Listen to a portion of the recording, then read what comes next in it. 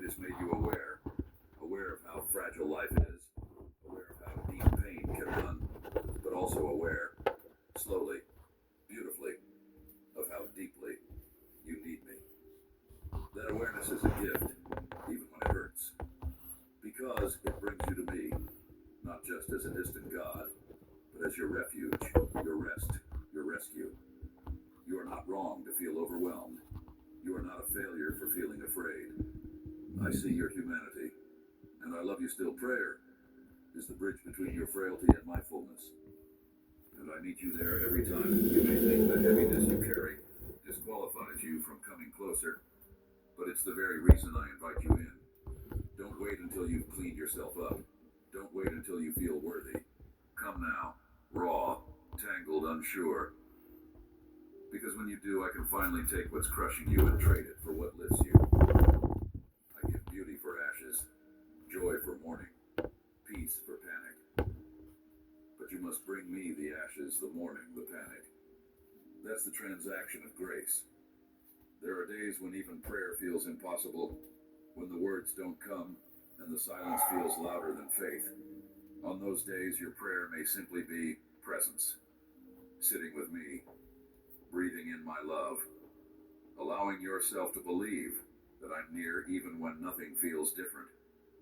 That kind of prayer changes you in ways you won't fully understand until much later, because my spirit moves in the stillness.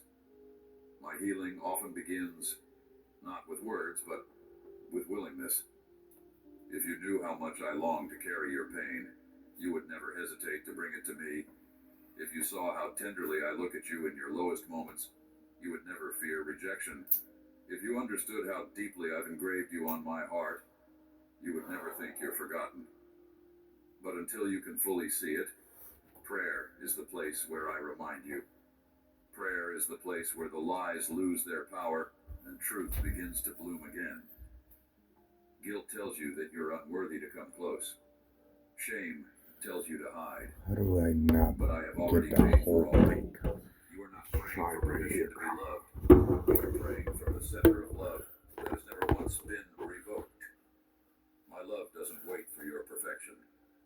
It surrounds your imperfection and says, stay with me anyway. And the longer you stay, the lighter your soul becomes.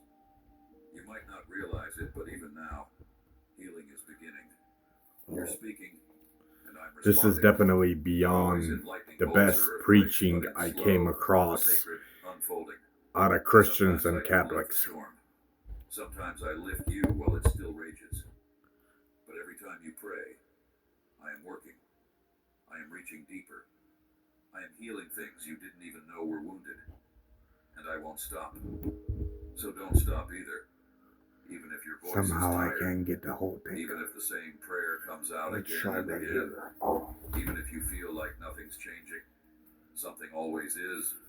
You're being reshaped, you're being restored, you're being remade in the safety of my presence. Prayer is not a task, it is a Okay, that's a lifeline. lot better. It is not your duty, it is your doorway into peace. And every time you walk through it, the burden gets a little lighter, because you are no longer carrying it alone. You never were. There's something you fear to admit, even in prayer, that sometimes you feel disappointed in me. You've asked, you've begged, you've waited, and still, some prayers remain unanswered. Or worse, they seem answered in ways that hurt. You carry that disappointment like a silent ache, trying not to let it poison your faith. But it lingers. You're afraid to say it out loud because you think it means you no longer trust me. But beloved, I already know. I see it in the quiet spaces between your prayers. I feel it in the way your voice shakes when you say my name. And I do not turn away. I do not love you less. I simply invite you closer. Disappointment is not the death of faith. It is often the birthplace of deeper intimacy. When you bring me your raw, unfiltered heart, even the parts that question, even the parts that feel let down, you create space for real relationship. I never asked you to fake peace or pretend joy. I never demanded that you hide your humanity. I came in flesh so I could walk through that same valley with you, so that you would never be alone in your wrestling. You see delay and feel betrayal. You see silence and think rejection. But that's not what I'm doing. Sometimes my no is mercy. Sometimes my wait is preparation. Oh, if I catch God in a good mood, can you have the butterfly all fly around the white? Angels, all butterfly, angels, wings are the angels. But because if I showed you the full picture now, you might I know still you'd not sing understand here it. somewhere. Or you might stop growing before the fruit is I even just caught it like ripe. a few seconds ago. So I wait with you. I weep with you. I pray with you. Yes, even I pray over you, for you, beside you. You're not abandoned in your confusion. I am right here, holding every prayer, even the broken ones, even the angry ones, especially those, because they are real, and I can only transform what you are willing to reveal. Prayer is not a guarantee that life will go the way you hoped, but it is a guarantee that you will never walk through it alone. The enemy wants you to believe that if I loved you, I would always say yes. But the cross proves otherwise. The cross proves that love sometimes looks like sacrifice, like endurance, like walking through suffering with hope still alive. And that's what I'm teaching you in prayer. Not how to avoid pain, but how to hold on to me through it. You wonder if something is wrong with your faith, if perhaps you're not praying with enough belief. But I tell you this, faith is not measured by how loudly you declare your trust when everything goes right. It is measured by your willingness to return to me even when nothing makes sense. It is measured by that one small, quiet prayer. Help me still believe. That prayer shakes heaven. That prayer touches my heart. When you pray through the storm with disappointment hanging in your chest, I do not scold you. I honor you. Because that is when prayer becomes the purest kind of worship, not a transaction, not a performance, but a surrender. You're saying, I don't understand you, but I'm still choosing you.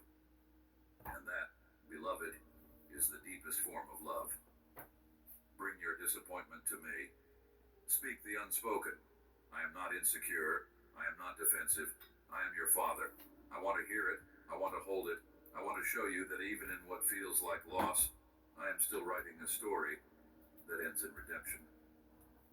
Even in what you thought was unanswered, I've been answering in ways deeper than words.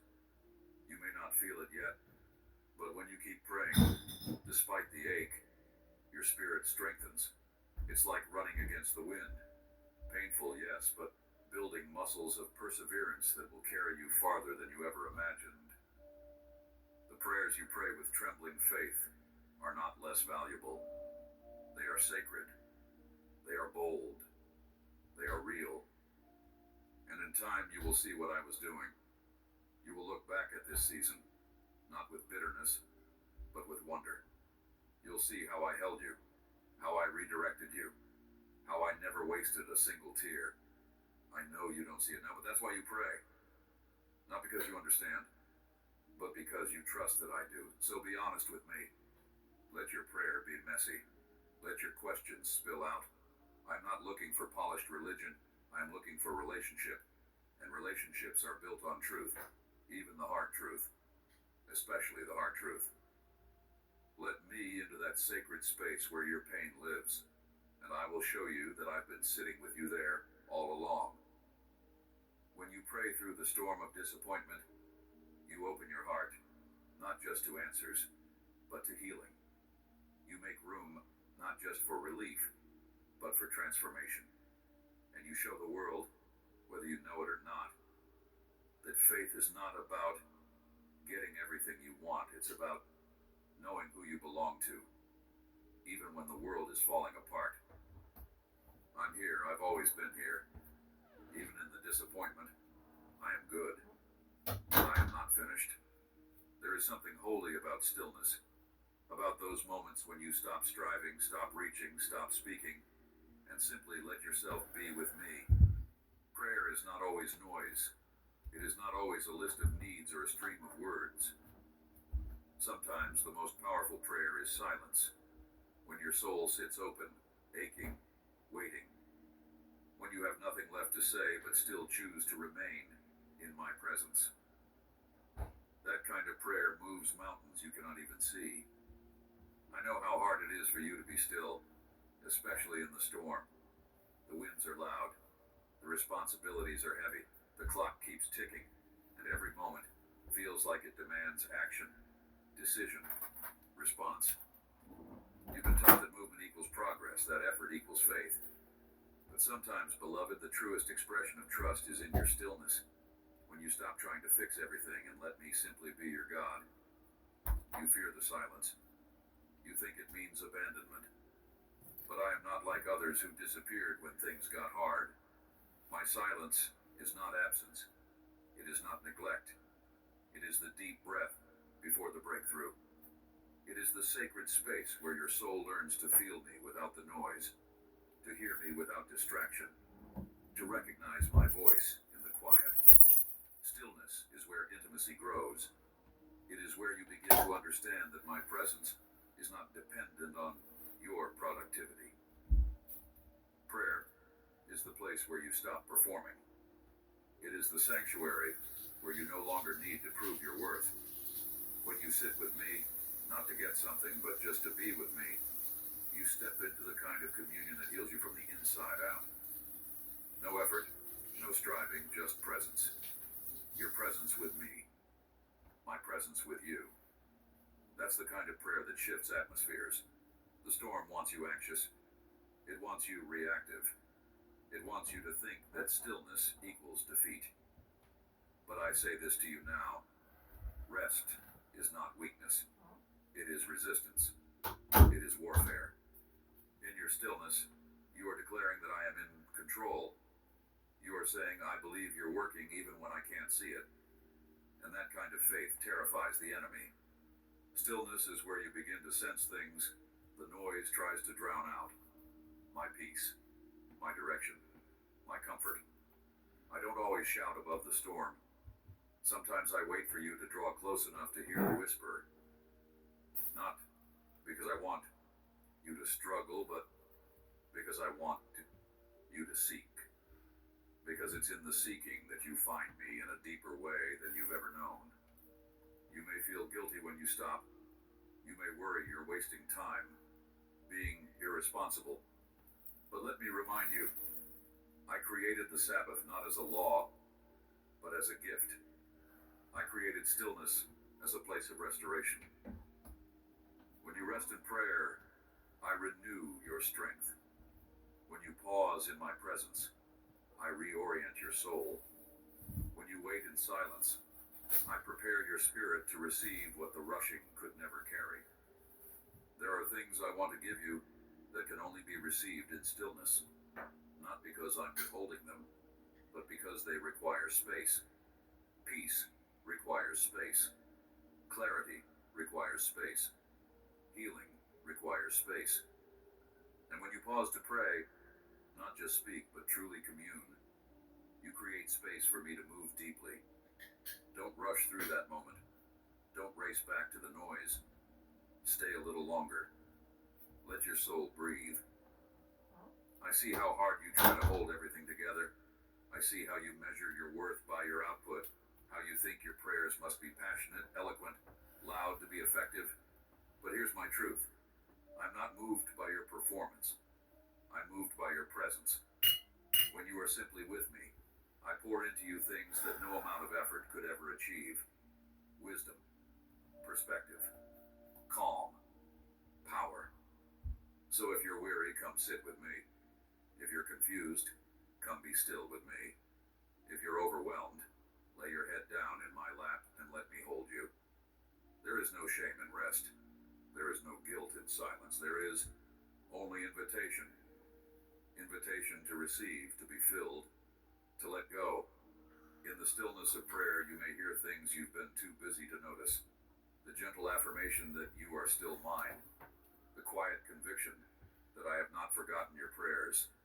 The slow unfurling of clarity where confusion once lived. Hopefully, I could catch the white blinking, which I caught it earlier, which I catch on daily basis, but just depends on God. You will walk out of stillness My not empty, Father. but renewed. You will face the storm with a quiet courage that can only be born in my presence. You will speak again, not with desperation, but with authority, because you have remembered that the God who calms the wind also lives within you. So rest, beloved. Breathe. Be still. And know, not in theory, not in principle, but in experience, that I am your God, and I am not shaken by the storm. Stay with me. Let me be your peace. You don't always notice it right away, but prayer changes the way you see. It reshapes your vision, not by erasing reality, but by allowing you to see through my eyes instead of your own. The storm may still be there, the mountain still high, the valley still deep. But through prayer, your perspective begins to shift. You begin to see what's possible, not just what's painful. You begin to discern purpose where you once saw only pressure. You begin to realize you're not stuck, you're being strengthened. This is what many miss.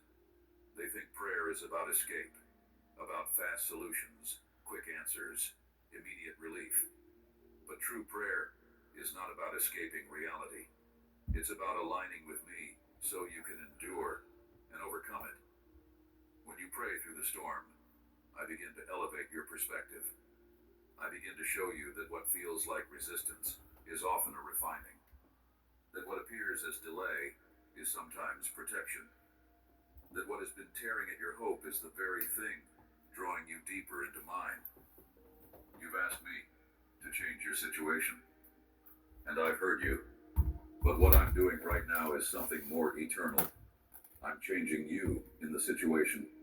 I'm enlarging your spirit to carry what I've called you to. I'm strengthening your endurance for what lies ahead.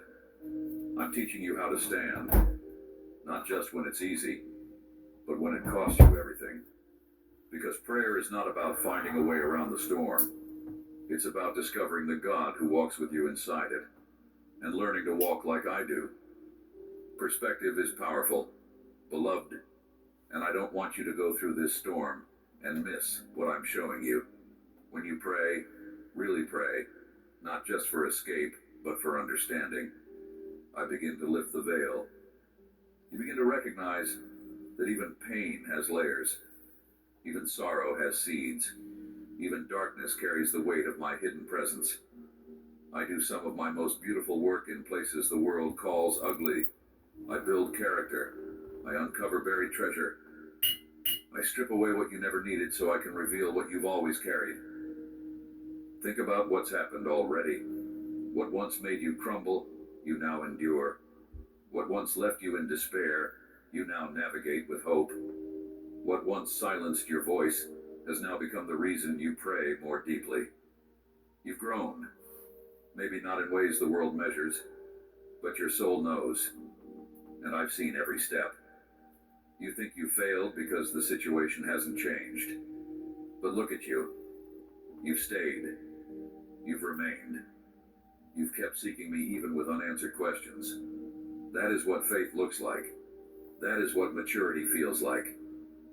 There's a sacred shift that happens when prayer becomes less about outcomes and more about intimacy. When you begin to pray, not just to get answers, but to get me. That's when your vision starts to clear. That's when you stop defining peace as the absence of trouble and start knowing peace as the presence of your Father. I want to be that for you. Not just the one who solves your problems, but the one who sits with you in them, walks through them with you, and makes you stronger than you've ever been before. You were never meant to go through this alone. That's why prayer is so vital, not as a religious habit, but as a life-giving connection. You've tried carrying things in your own strength, and it wore you out. But every time you bring those burdens to me, you allow divine exchange. I take what's too heavy and give you what sustains. I lift your eyes. I clear the fog. I remind you that this storm is not the whole story. It's only a chapter. And yes, there is more to come. More joy, more clarity, more breakthrough. But don't rush past this moment trying to get there, because I'm here too. I'm not just in your future victory, I'm in your present battle. I'm opening your eyes to see it differently, to see it with me. You may look back and feel like you wasted time, like you spent too long being afraid, doubting, or drifting. But nothing is wasted in my hands. Every detour, every delay, every breakdown, I use it all. I redeem it all. And in prayer, I help you reframe the story. You start to see mercy where you once saw mistakes. You start to see my fingerprints in the mess. And even if the situation doesn't shift immediately, you do. Oh, there's And the that butterfly. changes everything. You see it? So let your prayer go deeper now. They're Not teleported. just for relief, You see but it for revelation. flying Ask around? me what I'm showing you in this. I don't know if you saw Ask it, but me I'm what pretty I'm sure you building in saw it. through this. I will answer, There it not is. always It's going in by the words, light. but in awareness. It In went clarity down that all. rises like the sun. In peace that begins to settle where But these panic wants butterflies rule. are always like In faith teleported that to me. feels They less don't, like it would be striving impossible and through more all like these resting in the doors fact that I'm it would still come in to my control. room. I mean, You there don't is a need to have all chance, the but answers right now. I've seen these You just butterflies need eyes to appear see that I'm like in here, the coldest that I'm temperature moving, ever. that I'm working And they all don't things, even like even this, exist like for somewhere in your the good. middle of You will see it soon, winter. beloved. Oh, they don't But even exist. before you do, let Which I prayer have a open your eyes recording which I've and shown keep you. walking by faith, not by sight. You're not the only one who has walked through a storm, whispering prayers you weren't sure I would answer. You are not the only one who has cried in the dark, afraid that your faith was failing simply because you felt afraid. I want you to know that what you are experiencing has been shared by many, by souls I've loved fiercely and carried faithfully. The storm you're facing is not proof of abandonment.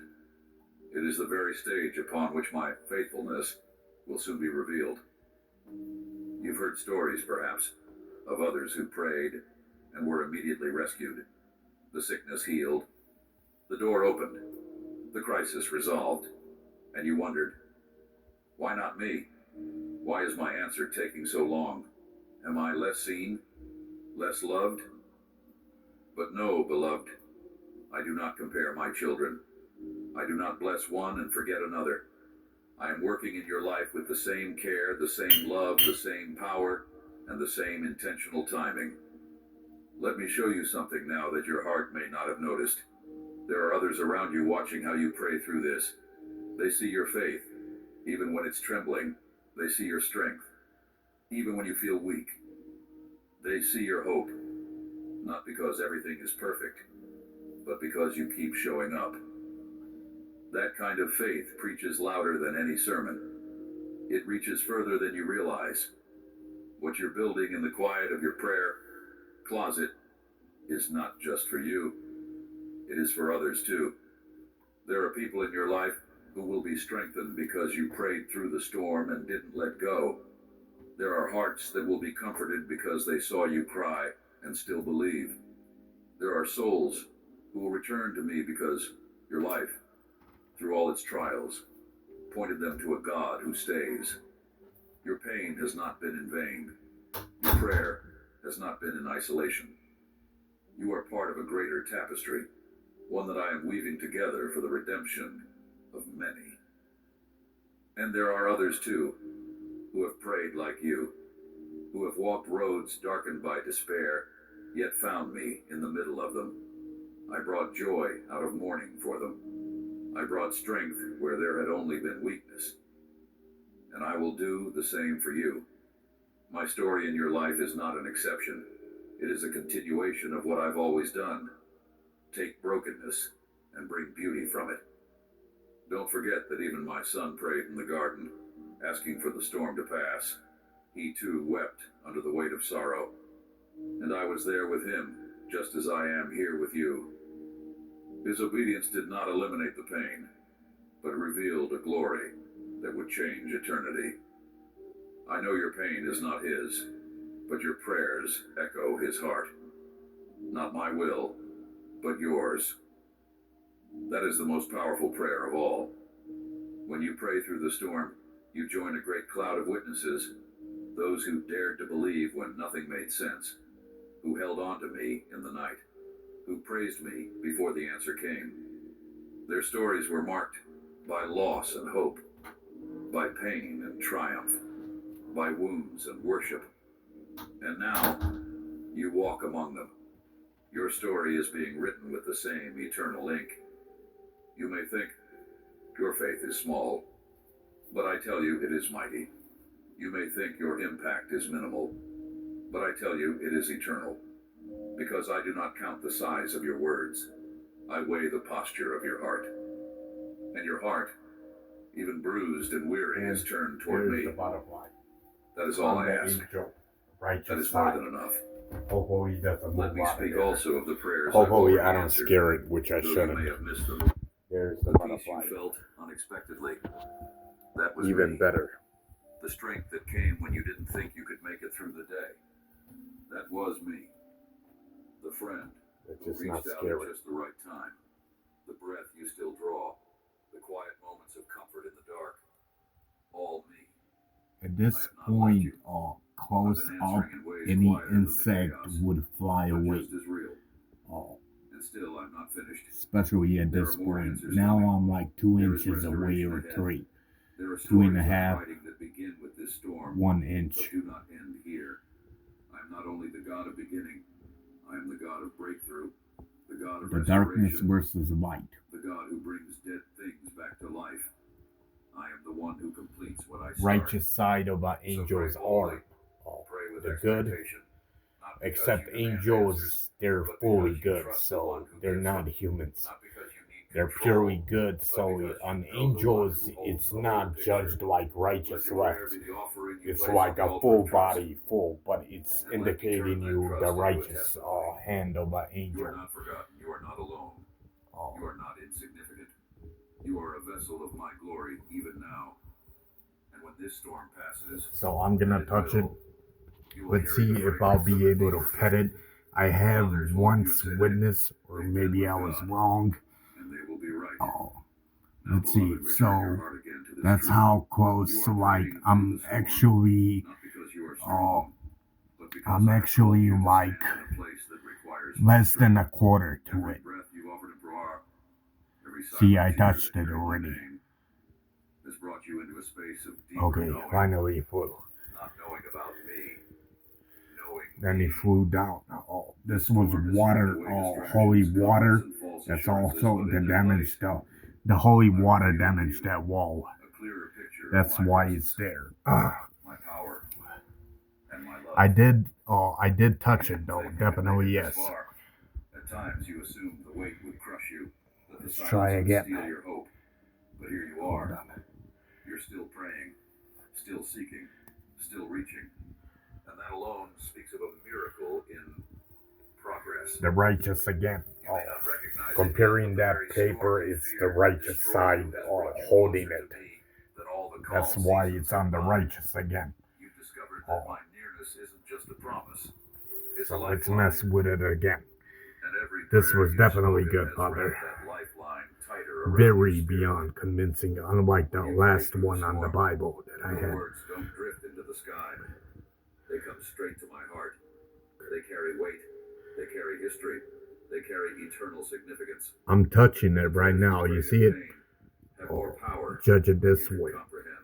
I'm basically Because touching they are it at born this from a point. place of true dependence, Oh, of true surrender. watch. And I never ignore a prayer spoken Ah, in shit, surrender. I squeezed I it. receive them. Oh, but I was definitely like touching it fully. A This is butterfly or where prayer shifts from insect, petition to any power. insect would not allow you to touch it ever. Not by volume, That's because our Father, because now you know he what it is lowers to walk its through fear fire level, and not be and consumed. then it's not afraid. Now you know what it is to wait in the dark and still call me faithful. You've seen me, not just That as the level God to of touch abundance, an insect is but as the God of impossible endurance. for a regular And person. that knowledge is unshakable. Oh, It's the fuck. foundation you will build your future on, This was definitely beautiful preaching. even if you don't feel different. Transformation doesn't always show I up have in to a sudden paint, change. it's It often begins in Orthodox subtle of shifts Jews, how they call God. in how you your which I prey have to paint it and how white you as look in the well, future. which you can't Your help. resilience has grown. Your clarity has sharpened. Except I should Your spirit, though wrote bruised, it all now knows equal, how to rise. except You have become I someone ended who up doesn't just forgetting to survive put a storms. Jewish God. You walk with me through them. Like Others the may way I never set up understand my what this religion. storm cost you, but So I do. have to paint it like I was white. there I for have every to like sleepless tape night, it up. every anguished cry, every Oh, time you prayed. But it's still God, not I equal, can't do which this they should anymore. be all equal I because saw it. it's one God, I of felt course. The And I Father. responded, not always with immediate rescue, but always with unrelenting presence. I never stopped being God. I never stopped being good. And even now, I am lifting you. Even now, I am restoring. And soon, so very soon, you will begin to see the fruit of your prayers. The doors that were once closed will open. This is definitely great preaching. I love it. Very, very professionally done. The peace you sought will settle in. Not as a fleeting feeling, but At as a this permanent point, you residence should in your be heart. able to feel a peace of You'll walk into mind. rooms that once overwhelmed You have to get a peace of mind. You have to listen to it 30 to 40 minutes. Once silenced you, Oh, and you'll carry with me, it takes voice. quicker effect. This is the beauty of Where prayer it doesn't through the take storm. even 10 minutes. It doesn't just get you through, it transforms But who you are on I the gotta other warn side. you, demons, they You prayed always as come one who back. feared the waves. They always You do. rise As now long as as one they're who in walks us. above them, not because the waves ceased, but because your faith has grown stronger than your fear. Your roots have gone deeper than the surface tension. You've become grounded in a place that the storm cannot reach. And as you emerge, I will call you to be a voice for others who are still in their own storms. Your words will carry a weight, not of theory, but of testimony. You will be able to say, I've been there, and God is faithful. And your voice will echo with a strength that only comes from surviving the night with me beside you. Others will lean on the faith you built in prayer. Others will see my light through the cracks of your story. This storm has not diminished you. It has refined you. It has not disqualified you. It has prepared you. And now, the work we have done together in prayer will begin to reveal its purpose. The trials you faced were not in vain. They were not punishment. They were the soil for something holy to grow. So come, beloved. Take one more breath. Whisper one more prayer. You are almost through. Not because the storm has ended, but because your heart has risen above it. And soon, you will look back and see not just devastation, but beauty. Not just endurance, but evidence of my hand in every moment. And your spirit will say, he was there. He never left. You will stand in the calm, yes, but you will remember the voice you heard in the chaos. It was mine, and I never stopped speaking. Now, beloved, we come to the moment your soul has been reaching for, even when your mind couldn't yet name it. The moment when you look back at the storm and begin to understand that it didn't win. That though the wind howled, though the waves crashed, though the nights were long and the answers slow, your faith endured. You prayed through the storm, and now you know what you couldn't have known any other way. That prayer isn't just something you do. It's who you are when you walk with me. You see now that the power of prayer is not just in what it changes around you, but in what it awakens within you. Prayer didn't remove every battle, but it drew you deeper into my presence. It didn't erase every sorrow, but it gave your heart a shelter where sorrow could be held and healed. It didn't silence every fear immediately, but it taught you how to live in courage despite the noise. And now, after all of it, you stand different. Stronger, softer, wiser, freer. What I did in you is eternal. It will not fade with the storm's end. It will not vanish with tomorrow's challenges. What I've formed in you through prayer will continue to grow, to bloom, to overflow. This was never just about surviving the storm. It was about becoming someone who knows me intimately, who trusts me deeply, who carries my peace no matter what rises around you. You now know the secret that many never discover. The storm can howl, but it cannot have you, not when you are anchored in me. You can be surrounded by chaos and still walk in calm. You can face the unknown and still live in assurance. Because prayer has taught you to listen for my voice when no other voice made sense.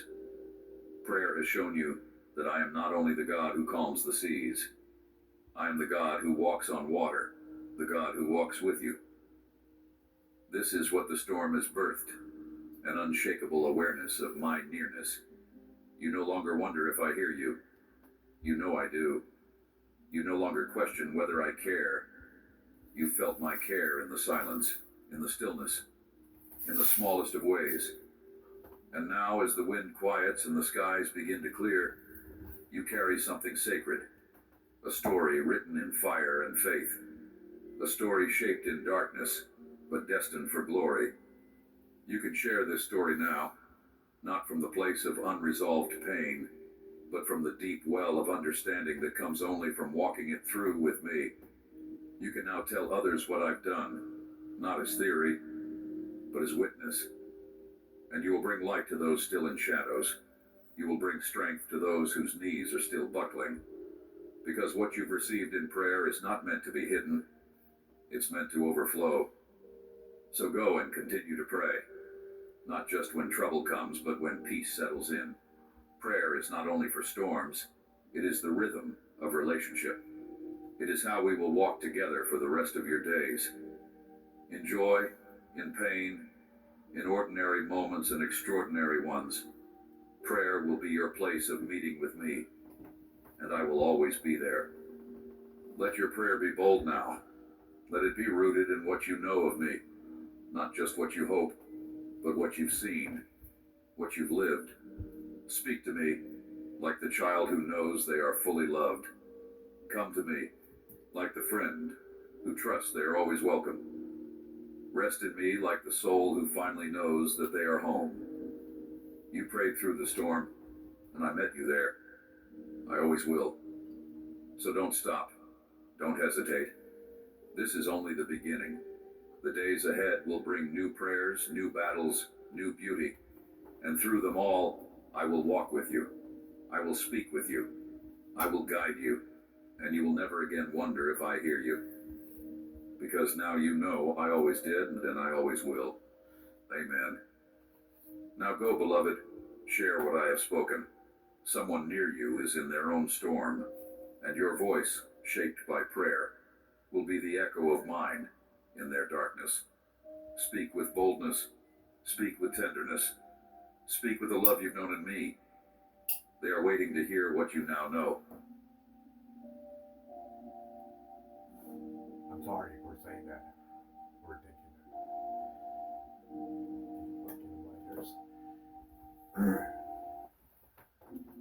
You've wondered for a long time. Thank you, Father. Maybe not out loud, but inside. I'm so sorry. If there was a moment, a line, a mistake, a silence that finally pushed me away. I'm so sorry. You've asked yourself in the quiet of your heart if you crossed the point where my patience ended. You felt the weight of all the things you didn't say, didn't do, didn't become. And in that weight, shame began whispering, maybe he's done with me. Maybe he's disappointed. Maybe I went too far this time. I'm sorry. Let me speak directly to that fear, to that place in you that still waits for punishment or rejection. There's nothing you could do to lose me. No distance, no decision, no season of silence or rebellion or failure has ever made me love you less. I didn't begin loving you because you were consistent. I didn't choose you because you always got it right.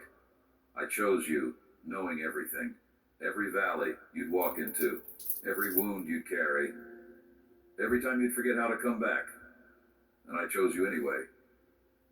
You see yourself as a mess sometimes, as someone who should have known better. You replay old conversations, old sins, old moments of doubt, and think, how could God still want me after all that? But I want you to know this clearly. I never stopped wanting you. Not even once. Thank you. I didn't pause my love. I didn't change my mind. I didn't stand back while you broke apart. I stepped closer. You just didn't feel it, because the pain was loud. But I was there. I've always been there. You're not too far. You never were. I don't keep love on a scale adjusting based on how well you're doing. My love doesn't shrink when you're tired. It doesn't fade when you're angry. It doesn't walk out when you're confused. It holds. It remains. It knows what's underneath every failure, every choice, every silence. And it stays. I stay. There's this belief that creeps in when you've fallen enough times that maybe this time it's different. Maybe you finally pushed me too far. But I want you to know, you are not powerful enough to cancel my love. You're not capable of being so broken that I can't Thank you, reach Father. I didn't mean You cannot to say disqualify that, yourself Father. from something you never earned to begin with. My love was never a reward. It was always a gift. And I don't take it back. You may not feel worthy of this right now. That's okay. I'm not asking you to feel anything. I'm asking you to trust what I've already decided. You're still mine. Still chosen. Still loved. You are not defined by your worst day. You are not trapped in your last failure. You are not the sum of what you regret. You are the one I keep reaching for. The one I whisper to in the night. The one I've waited for, not to punish, but to restore. You haven't disappointed me into distance. You've simply forgotten how close I've stayed. And now I'm reminding you, not with condemnation, but with compassion. I never left. I never will. So take a breath. Let go of the idea that you have to earn your way back. You don't. You're already home. You're already seen. You're already held. There is no penalty waiting for you here. Just open arms. Just steady love. Just the sound of my voice calling you still mine.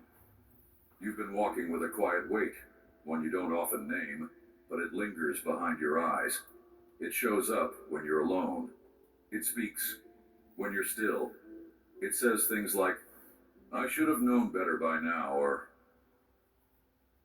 if I had just done it differently, maybe I wouldn't have lost so much. That voice is not truth. That voice is not me. That is the sound of shame pretending to be logic. It dresses itself as maturity or responsibility, but it's rooted in fear. And I want to pull it out, gently but completely. Red forbidden apple, so I don't like these lighters ever. You've blamed yourself But things in I the never asked you to package, carry. they're all like You mixed judge up. yourself more harshly than I ever would. You've assigned meaning to your pain that I never intended. And you've convinced yourself that your mistakes are the reason you haven't felt me clearly. But I need you to understand, I never used your failure as a reason to step back. I never once said, this is too much. I still know how to build from here. I'm not afraid of your mess. I'm not overwhelmed by what broke. I'm not disappointed in your timeline. You think you've delayed destiny, that you've ruined the story, but what if I told you the story I'm writing still begins right here? Exactly where you are. Not after you clean yourself up, not after you prove you've changed, but now, in this moment, with the rawness of regret still in your chest and the uncertainty of what's next still fogging your thoughts. I'm not waiting for you to impress me. I'm waiting for you to let me come closer. Yes, you made choices that cost you. Yes, there were consequences. I don't deny that. But consequences are not the same as condemnation. Just because something hurt doesn't mean it disqualified you. Just because it left a scar doesn't mean it ended your purpose. I still see potential in the places you tried to bury. I still see light in the parts of you that you thought went dim for good. I know where you've been. I know the nights you wish you could rewrite. I know the words you never said, the ones you did say and wanted to take back. I know the moments you broke trust with others and with yourself. I know the version of you you've been trying to escape, and I'm still here, not tolerating you, loving you, not reluctantly, not conditionally, fully, deeply, still. I'm not distant from your humanity. I stepped into it for a reason. I lived through rejection, betrayal, loss, and loneliness, so that you would never have to wonder if I could understand what it feels like to be fractured. I do. And still I say, you are not beyond redemption. You are not too far. You are not unusable. I can build from this. I can begin again. And not with scraps, but with vision. The very parts of your life you've been hiding from me, those are the ones I want to heal. Not because I need you polished, but because I want you whole. You don't need to pretend to be fine with me. You don't need to dress up your pain before bringing it to me. Come as you are. Come with the disappointment. Come with the confusion. Come with the anger you don't know what to do with. I can handle all of it. I already have. You keep thinking if I had done better, maybe I wouldn't feel this far away. But I need you to stop trying to measure proximity with perfection. My nearness was never based on your performance. It was based on my promise.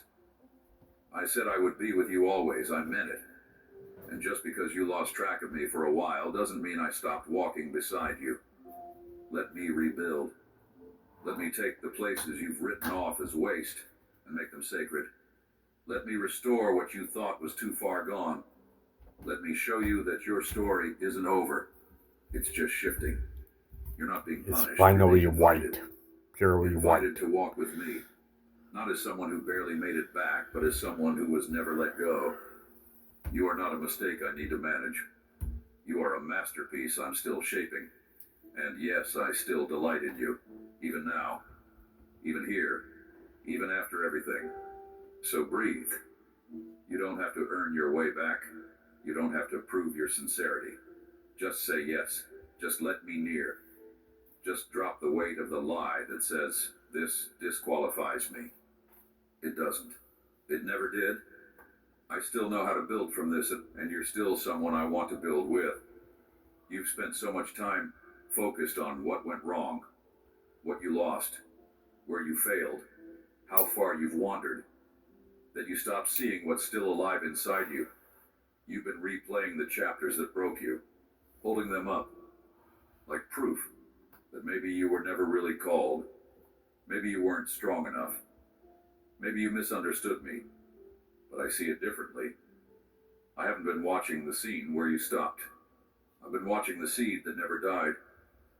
Yes, you stopped believing for a while. I know. You stopped expecting anything good to come from your voice, your dreams, your prayers. You stepped back, not because you didn't care, but because something inside you whispered, maybe I got it wrong. Maybe I'm just not that person anymore. Oh. But let me tell you Just this. a few seconds I you still seen the believe white in what blink. I planted in you, Oh. and I didn't plant it for Remember the I season. told I you planted it I for wanted to eternity. see that at the What I beginning. place in you I doesn't told expire. you where It God doesn't brings the decay light. because of delay. It doesn't get revoked when you fall down. I'm not shaken by your uncertainty. I'm not threatened by your doubt.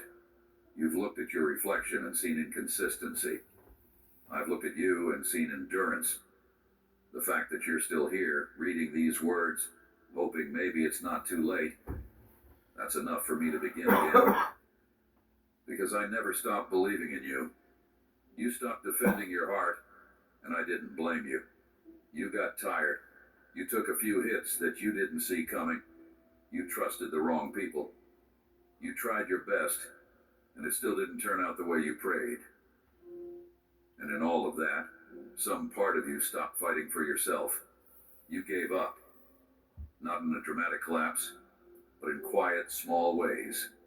You started letting your fire fade. You started adjusting to survival. But I saw that too. And while you were adjusting, I was protecting the part of you that still burns. You haven't lost it. You've buried it. You buried the parts of yourself that once reached for more, that once believed you were created to make a difference. And I get it. That dream feels risky now. The vision you once held feels fragile. You don't want to be disappointed again. You don't want to hope if it means you might break. But what if I told you the part of you that hopes is the part I still want to resurrect? I'm not asking you to run back into old assignments. I'm not demanding a dramatic restart. I'm simply asking you to look again at what I placed in you. that compassion you carry, that clarity you feel when you're still, that deep sense of purpose that never quite went away, even when you tried to silence it. Those aren't leftovers. They're not broken dreams. They are my fingerprints. What you've walked through didn't destroy the call, it refined it, and what you thought was disconnection was actually me doing deep work in your roots. You thought you had nothing left to give, but I've been slowly filling you again. Quietly, patiently, without pressure, because I never needed a polished version of you to move. I just needed the real you, the one who still wants to believe. So let's do this gently. Don't force yourself to have all the answers. Don't pretend the fear isn't still there. Just start by admitting that maybe, just maybe, the version of you that once dreamed, that once believed, that once said yes without hesitation, that version still exists. She's just waiting to be invited back. Not by the world, not by the demands of ministry or performance, but by you. You stopped trusting yourself, and that makes sense. But now I'm asking you to trust me again. Not just in general. Trust me with you, with your story, with your scars, with the parts of you that feel inconsistent. Because what I placed in you was never about your strength. It was always about my promise. And my promises don't depend on your perfection. They depend on my faithfulness. I still believe in your voice. I still believe in your capacity to carry truth. I still believe in your ability to love deeply. I still believe in your creative soul, your leadership, your heart for the ones others overlook. I still believe that the world needs what I placed in you. Not someday. Now, not after you've proven yourself. Now, it's time to pick it up again. Not the pressure, not the image, but the purpose. The real one. The one I whispered to you when no one else was watching. The one that made your heart burn before life taught you to dim it. You don't have to rush, but you do have to remember. Because I didn't change my mind. And I haven't given up on you. So take a breath. You don't need to have everything figured out. You don't need to know exactly what comes next.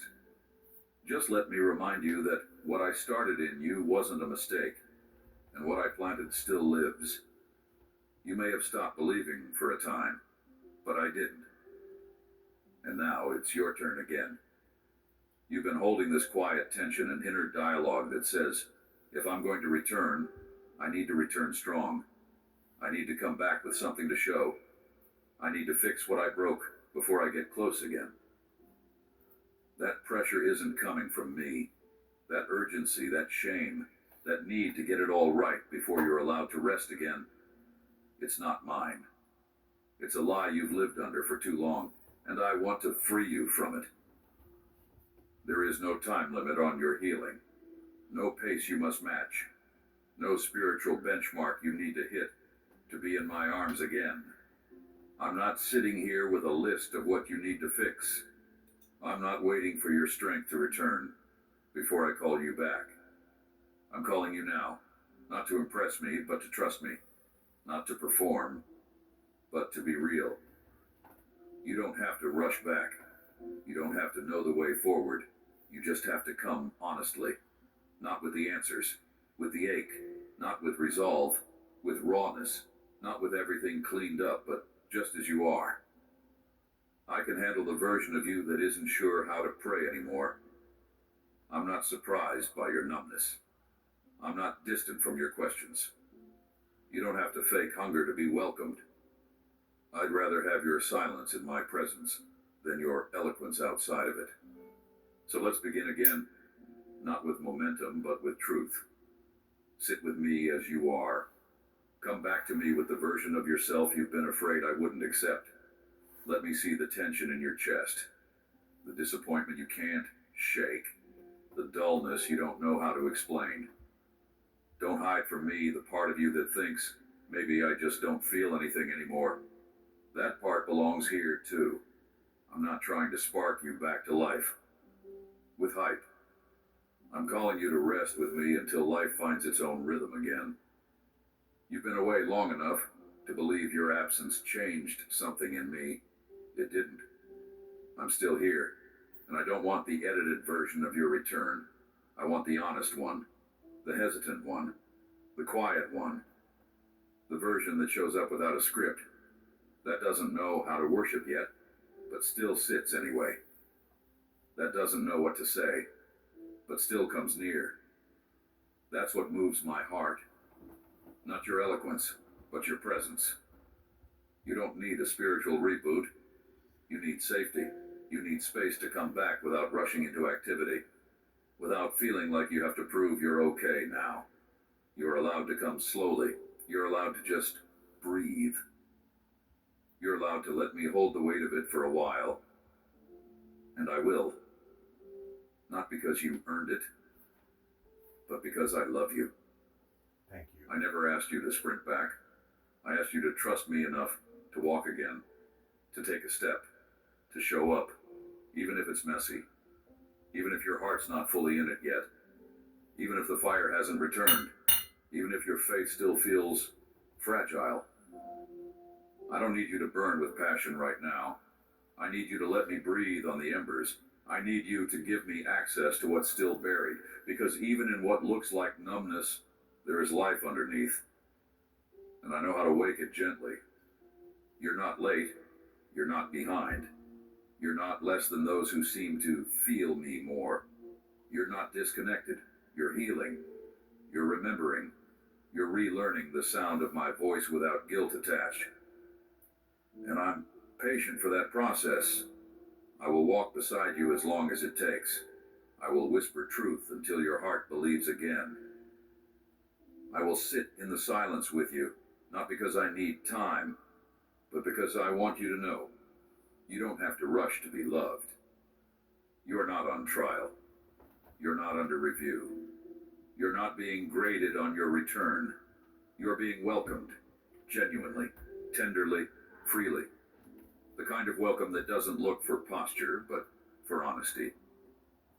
The kind that sees your trembling hands and says, you don't have to carry that anymore. Just come sit with me. And when you do, when you finally let the shame fall off, when you let yourself rest without apology, you'll feel it. That I never moved, that I was never distant, that I didn't go quiet because I was disappointed. I went quiet so your spirit would learn to rest again. Not in noise, but in nearness. So no, you don't have to rush. You don't have to come back full of fire. You just have to come back real. That's where everything starts again. Not from performance, but from presence. And presence doesn't require perfection. It just requires you. You thought you lost me.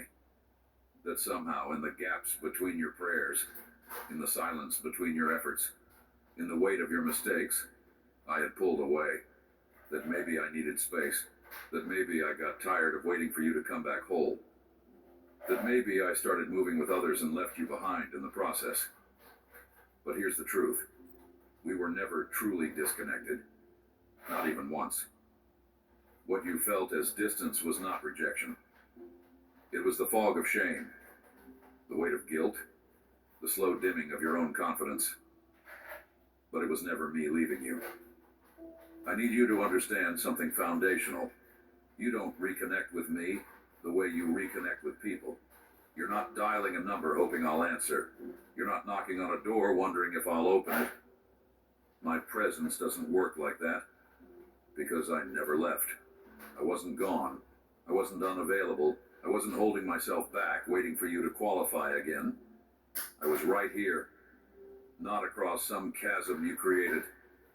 Right here, in the room, in the quiet, in the ache, in the numbness. Still speaking, even if softly.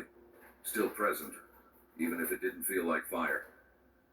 That's why this doesn't feel like starting over. That's why you're not having to rebuild something from scratch. Because the connection never broke. What shifted was your awareness. What faded was your trust. What got buried under the weight of your self-judgment was the simple truth that I don't leave when you fall. I lean in. I stay close. I don't need you to climb back to me. I already descended to you. And now that you're here again, heart open, even if still hesitant, I want to remind you of the truth your soul has known all along. You've always been mine. You didn't lose that. You didn't cancel that. I never stopped calling you by your real name. I never changed my tone toward you. The whisper that's rising in your heart now, that's not a restart. That's remembrance. That's your spirit waking up to what has always been true. You feared I'd be cold when you returned, but what you're finding instead is warmth, familiarity, a peace that doesn't demand a performance. That's because you're not walking back into a place where love has to be earned.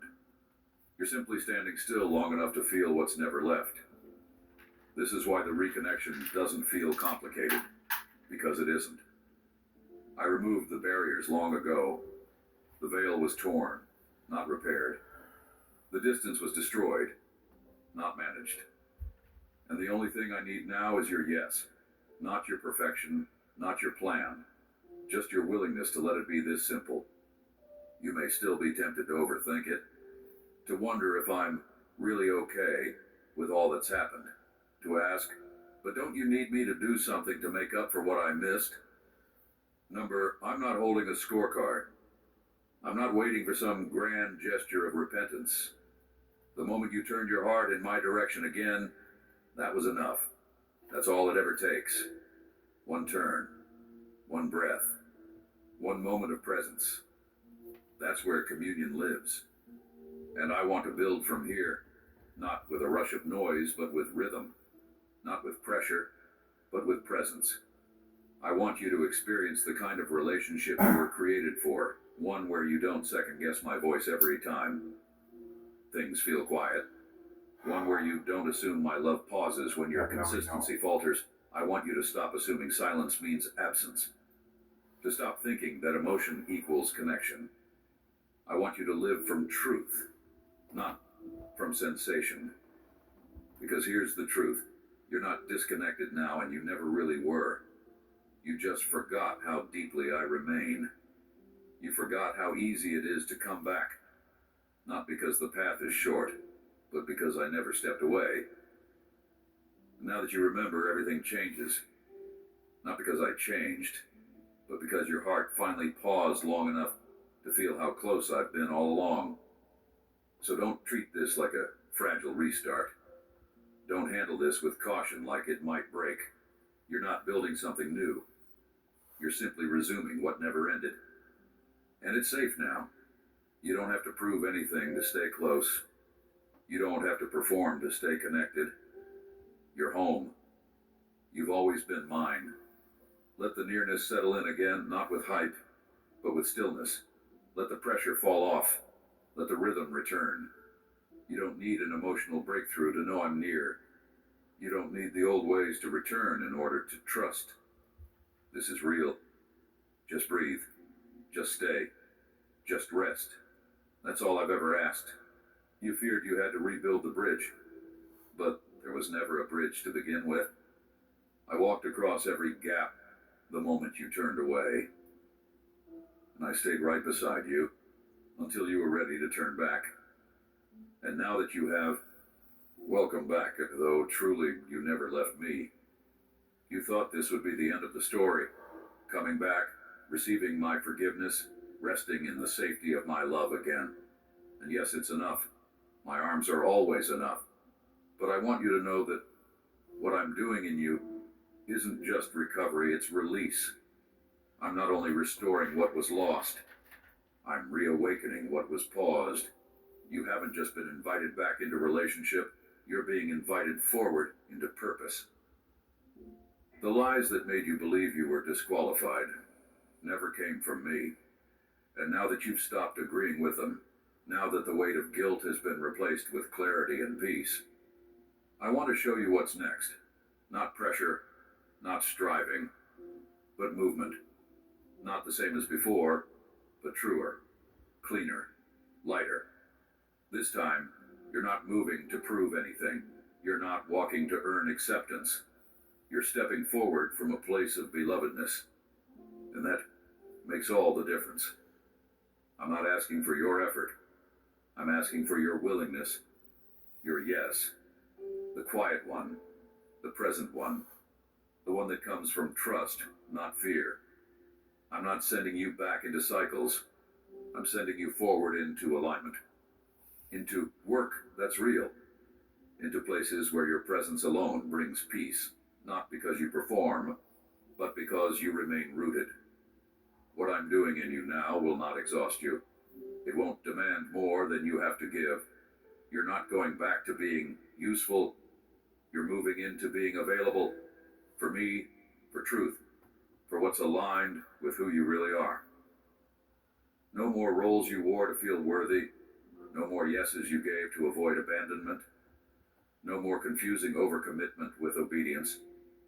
I'm giving you new clarity, new permission to walk in rooms you used to shrink in, to speak with authority you didn't believe you carried, to love without disappearing, to lead without proving, to rest without apologizing. This is what my restoration makes possible, not just internal healing, but outward purpose that flows from peace, not pressure. You no longer carry the weight of needing to earn your seat. You are seated. You no longer hustle for connection. You are held. You no longer wait for permission. You've been commissioned. And it won't feel like it did before, when striving dressed itself up as calling, when spiritual performance was rewarded but never sustainable. This time, your steps will come from overflow, not emptiness, from peace, not from panic. You're no longer trying to be useful. You are already valuable. And from that value, your life will begin to echo something different. You'll move from discernment. You'll serve without depletion. You'll respond with a rhythm that honors your limits, honors your design. This is the last honors one. the voice you So now this one recognize goes as to your the own father. and mine. But how I greet my father with alcohol is not actually alcohol. I give him vitamins to be more healthier, smarter, and to mentally stabilize them and billions of other things. So I'm not exactly greeting my father with alcohol, how you think. You're right on time. Because I got cursed many times because You're of not being this. sent back as someone trying to make up for lost time. You're being sent forward as someone who finally understands what matters. There is one. As someone who knows how to carry peace. Okay. As someone who doesn't need to fill every silence. I guess I do have. Who knows that That's one I stillness is didn't not even see. passivity. So the It's colder power. one always goes to the The kind of power that holds steady when others unravel. The kind that walks into chaos and doesn't panic. The kind that knows how to wait, how to listen, how to act when the time is right, and not before. This is what I've been forming in you. Quiet strength, clear vision, steady feet, a heart that knows it belongs and doesn't flinch when the world forgets. That's who you are now. Not because you've mastered the path, but because you've finally let me walk it with you. And now we move together. No more striving to catch up. Just step-by-step trust. So don't be afraid when I begin to open doors again. Don't second-guess yourself when you feel my nudge. You're ready, not because you're flawless, but because you're aligned. Ready doesn't mean fearless, it means willing. And you are. Was it I see it. I feel it. I disagree. You're not running anymore. Where he went. You're present, you're grounded, you're available. Hold on. And from here forward, that's all I ask. You won't need to convince anyone that you've changed. Your presence will say enough. Your boundaries will speak. Oh, there it is. Your pace But will reveal what's it is different. according And to it will my be father's unmistakable. beer. You've been restored not just to rest. So he did land according to my father's beer. Not for them to approve you. Not to relive I tried to the catch past, beer but beer to cat carry what only you miracles. can carry now. I caught it in one Because video, you've come back extremely full, convincing. And you're ready to go Or forward free. two of them I ever I know caught. what you're afraid of. Even now. That's after where he everything landed. you've rebuilt. That's You're wondering if this will last. according. If this peace will stay. It If should this be clarity is according. just another passing moment before you find yourself Where is tired it? again, Oh, right here. disconnected again. So Let's Doubting judge it. again. You've been here before, feeling Yeah, whole, according feeling to close to me, fathers. feeling like things were finally different. Thank you, God. Only to watch yourself slide back into exhaustion, into silence, into wondering what happened. That's why I want to tell you something very So clearly. everything This you time, guys, you won't have to strive to stay. nobody's ever regular, You're not but here because you fought your way back. You're here because what you you finally stopped believe fighting. is way different from what I You believe. finally stopped believing I the lie believe, like that your all proximity religion to me tells you, depends on your everything performance. happens according to the Because you Father finally as a let go of creator, the as a idea God. that spiritual Every consistency single thing. is only for people who never fall apart. It's like You are here now destiny because that you surrendered, schedules it. not because you achieved. Hold on. And what's born from surrender doesn't need to be maintained by striving. It's kept by my presence, not your perfection. This time is different. Not because you are stronger, but because you are softer. Not because you've become more disciplined, but because you've become more honest. Not because you're doing everything right, but because you've let me be enough, even when you feel like you aren't. That's what's going to make this last. You've laid down the weight of trying to hold yourself together for my sake, and now you'll begin to see what it's like to walk with me, not as someone constantly trying to keep up, but as someone who knows how to remain, who understands that remaining doesn't mean never stumbling. It means refusing to run when you do. You won't live from reaction anymore. You won't need emotional highs to sustain your belief. You've learned how to recognize my nearness in the quiet, in the mundane, in the simple rhythm of daily presence. That's what I've been building. A relationship that doesn't rise and fall with how inspired you feel, but that stays steady because I stay steady. You don't have to cling to me in desperation. I'm already holding you. That means your peace isn't fragile, it's rooted. You don't need to protect it with control. You just need to protect your rhythm. The one we've built together. The one that honors rest. The one that honors pauses. The one that makes space for me without guilt or pressure. You now know how to return when you feel off. You know how to pause before spiraling. You know how to rest without believing rest equals failure. That's growth. That's maturity. That's a rhythm that can hold you for a lifetime. And when life presses in again, and it will, you'll feel the difference. The old voice that used to say, "You're slipping," will come.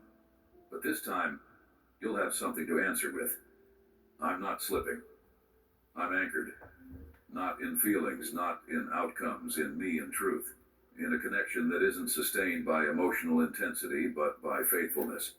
And faithfulness doesn't always feel exciting. It feels consistent, safe, steady. You've stopped looking for fireworks. You've started trusting the flame. And that flame, even if quiet, will not go out. Not this time. So let's walk slowly. Let's not rush to define this season as a return to what once was. Let it be new. Let it be simpler. Let it be lighter than what you've known before. You're not being measured. You're being loved. You're not being tested. You're being trusted. You're not under scrutiny. You're under grace. And grace will sustain what it began. You'll still have days where you forget. You'll still feel tired. You'll still wrestle with doubt. But the difference now is you won't walk away because of it. You'll remain. You'll reach. You'll rest. You'll return. Not in shame, but in rhythm. That's what keeps you grounded now. You know the way back. And more importantly, you know you never left. So stay soft, stay close, stay present. Don't look ahead in fear. Don't live waiting for collapse. I'm not fragile in you, and you're not fragile in me. You are held. You are kept. And I'm committed to staying. This time, you won't need to perform consistency. You'll simply live it. Because it's who you are now, and who you are is mine. Everything I've done in you wasn't just to help you feel loved again. It was to awaken the truth that you were never meant to carry love like a borrowed cloak.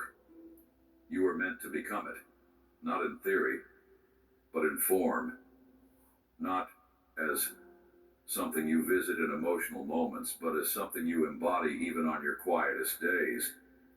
You're not someone trying to get close to me anymore. You're someone who finally knows I'm already within you. And because of that, your life now reflects what used to feel out of reach. You don't have to force joy. You don't have to fake peace. You don't have to convince yourself you're forgiven. You already know. You already feel it. It's in how you walk now. It's in how you breathe. It's in the way you speak with gentleness, even when no one is watching. This isn't about acting like someone who's whole. This is about realizing you are. You're not holding on to my love like a lifeline anymore. You are the love I've given. It runs through your thoughts. It governs your choices. It's in the way you see yourself. It's in the way you see others. And no, it's not because you've mastered the spiritual life. It's because you finally let the truth stay long enough to become your foundation. What once felt too good to be true is now the ground beneath your feet. You're not performing love anymore. You're living from it. You used to wonder how long it would take for me to pull away. You used to watch yourself, afraid that one wrong move would make the peace disappear. You waited for my love to fade like human affection sometimes does. But now you've seen the truth. My love didn't waver when you did. It didn't vanish when you grew cold. It didn't ask for your strength. It carried you when you had none. And now that you've let it carry you, it lives in you. Not just for you, but for the world I'm sending you into. You're no longer trying to reflect me through effort. You reflect me because you've spent enough time with me to start looking like me. And that reflection, it's what others will notice. Not your performance. Your presence, not your knowledge, your kindness. Not your perfection, your peace. You're now the kind of person who doesn't need to speak first to be heard. Who doesn't need to prove worth to be honored. Who doesn't enter rooms with weighty declarations, but with a stillness that holds the room. That's what love does when it becomes who you are. It steadies, it anchors, it welcomes.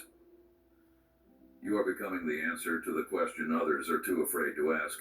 Is there really a love that doesn't leave? And your life will say, yes, I'm living in it. And it's still holding me. So go lightly, go freely. Go without the burden of trying to get it right every day. That's not the life I'm calling you into. I'm calling you into overflow, into rhythm, into truth that shows up in small ways. Eye contact that sees, words that heal, decisions that honor your heart and mind. That's how my love will move through you now, quietly, powerfully, without needing to prove itself. You'll still have moments where you forget, but even then you'll return quicker. You'll notice the misalignment before it becomes a spiral. You'll feel the nudge, not as a threat, but as an invitation. Come back to love, come back to me, come back to you. That's the fruit of everything we've rebuilt. You no longer need intensity to stay connected. You just need truth. And truth now lives in you. So breathe. Stay open. Don't look back to see if you're still forgiven. You are. Don't study yourself to see if you're still welcome. You are. Don't hold your breath wondering if this peace will last. It will. Not because you'll always feel it, but because you'll always be held by it. It doesn't come and go. It remains. And now you do too. You remain in love, not trying to keep it, becoming it. So let your life reflect what I've spoken. Let your tone sound like grace. Let your time reflect what you value now. Let your silence be sacred. Let your actions say what your words can't. Let your very presence echo. I was never disqualified. I was never left. I was never unloved. I just forgot. But now I remember. And that remembrance, it's powerful. Because people don't need more information. They need evidence. They need someone who has been held when they felt lost. Someone who has been forgiven and now forgives. Someone who has stopped striving and finally started living. That someone is you. You're not carrying my love anymore. You are what it looks like when love stays. And everywhere you go, it will go with you. You don't have to prove anything anymore, not to me, not to anyone else, not even to yourself. What I've done in you wasn't meant to make you more impressive. It was meant to make you more whole. And now, from that wholeness, I'm asking you to walk again. Not as someone trying to justify their return. Not as someone who owes the world an explanation. But as someone who is finally free to live. Simply because she is loved. You're not being sent to fix things. You're not being asked to make up for the time you think you lost.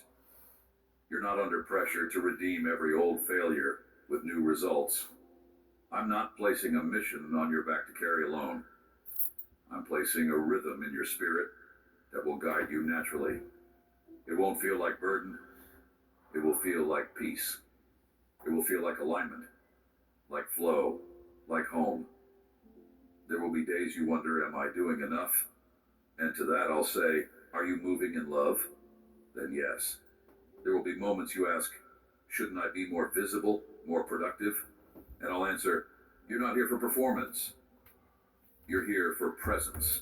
So, Because what I'm Judge, building do through any now of you doesn't remember rely the on speed beginning, or middle, spectacle. or It relies on truth, some? on It's not an intimacy, end yet, but on quiet consistency. I can memorize I not know even that's up to different 5 than what you've minutes, been taught. but it's I know still the world beyond applauds the busy, the the greatest loud, preaching the polished. that But Father I'm not has ever calling you to blessed me impress them. with. I'm calling you to remain in me. That's When because you God do, doesn't give us everything you ultimate touch will carry memory that to fragrance. everything. Every word will hold that peace. Usually how a Every memory decision will works, reflect if you that like love. something, you'll That's impact. snatch and put it in your That's what memory. changes people. That's what But this lasts. whole video, So yes, I'm if you sending ask you. me at beginning, But I this don't even time, know how it the began. sending won't Neither come do with any of pressure. you know. It will come with presence. Oh, You'll move that's because how you're we full, have not the because you're ultimate empty freedom and of needing to speech prove that you're strong again. Constitution has given You'll us speak because of you're this. steady, not because you need to be heard. You'll serve because you're whole, not because you feel obligated. This time, your life will echo freedom, not performance. Peace, not striving. Stillness, not self-doubt. And when old voices return, when guilt tries to whisper that you need to do more, be more, give more to be worthy, you'll recognize it. You'll feel the shift in your body, your breath, your spirit. And you'll pause, you'll remember, I've already been chosen. I've already been So restored. through the video, you'll I notice don't many move to times earn. where I move Father because makes I'm already loved. communication with my actions. That's the power of this moment. If you You watch are the no longer a video servant trying to earn and your place. You are a daughter, pay already attention seated, to it. already held, already trusted. And when daughters walk, they walk with their heads lifted. Not in arrogance, but in assurance. They walk with clarity, with softness, with joy. Not because the road is easy, but because the one who called them is faithful.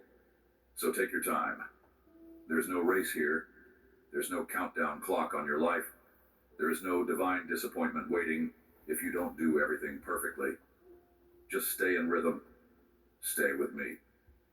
Let love be your pace. Let peace be your signal. Let clarity, not pressure, lead the way. You'll feel it. When it's time to say yes, when it's time to rest, when it's time to speak, and when it's time to remain silent, you won't need to guess. Because you've spent time in the quiet long enough to know how my voice feels in your chest now. You've learned the difference between guilt and conviction, between demand and direction, between performance and presence.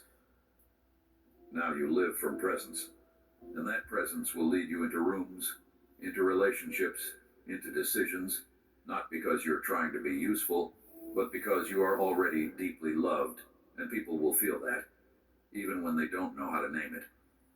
They'll feel the weight you no longer carry. They'll feel the freedom in your yes, the calm in your no, the grace in your eyes. You'll begin to realize this is the life I always wanted for you. One where you don't question your belonging. One where you don't tie your value to your outcome. One where you don't second guess whether you're too much or not enough. One where you wake up and walk out the door knowing, I don't have to prove I belong in this world.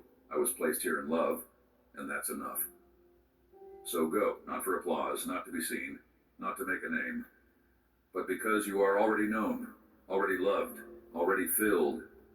Go, not because you've been told to perform. Go because you've been loved back to life, and now you're ready to live it. From the very beginning, this was never about you finding the perfect way back. It was never about proving your devotion, repairing your track record, or rewriting every part of your story. This was about me, reminding you of something that never stopped being true. You were never beyond my reach, and there has never been a moment where you were unloved. You questioned it, I know. You lived in the space between guilt and hope, wondering if maybe this time you had wandered too far, that perhaps my silence meant my love had faded, that maybe your inconsistency meant my presence had lifted. But now you see it. Now you know. So how I baptize myself, I never baptize my righteous arm because the righteous is always good, purely good. So there's no reason to baptize a righteous hand or a righteous part of body from head to toe. So it's only left evil side out of your demons and a devil.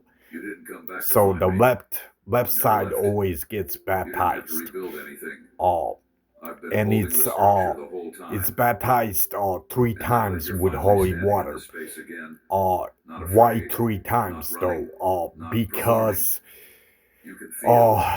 first my mother was created, then my father was invented by God too, and then sister, the first child out of Adam and Eve.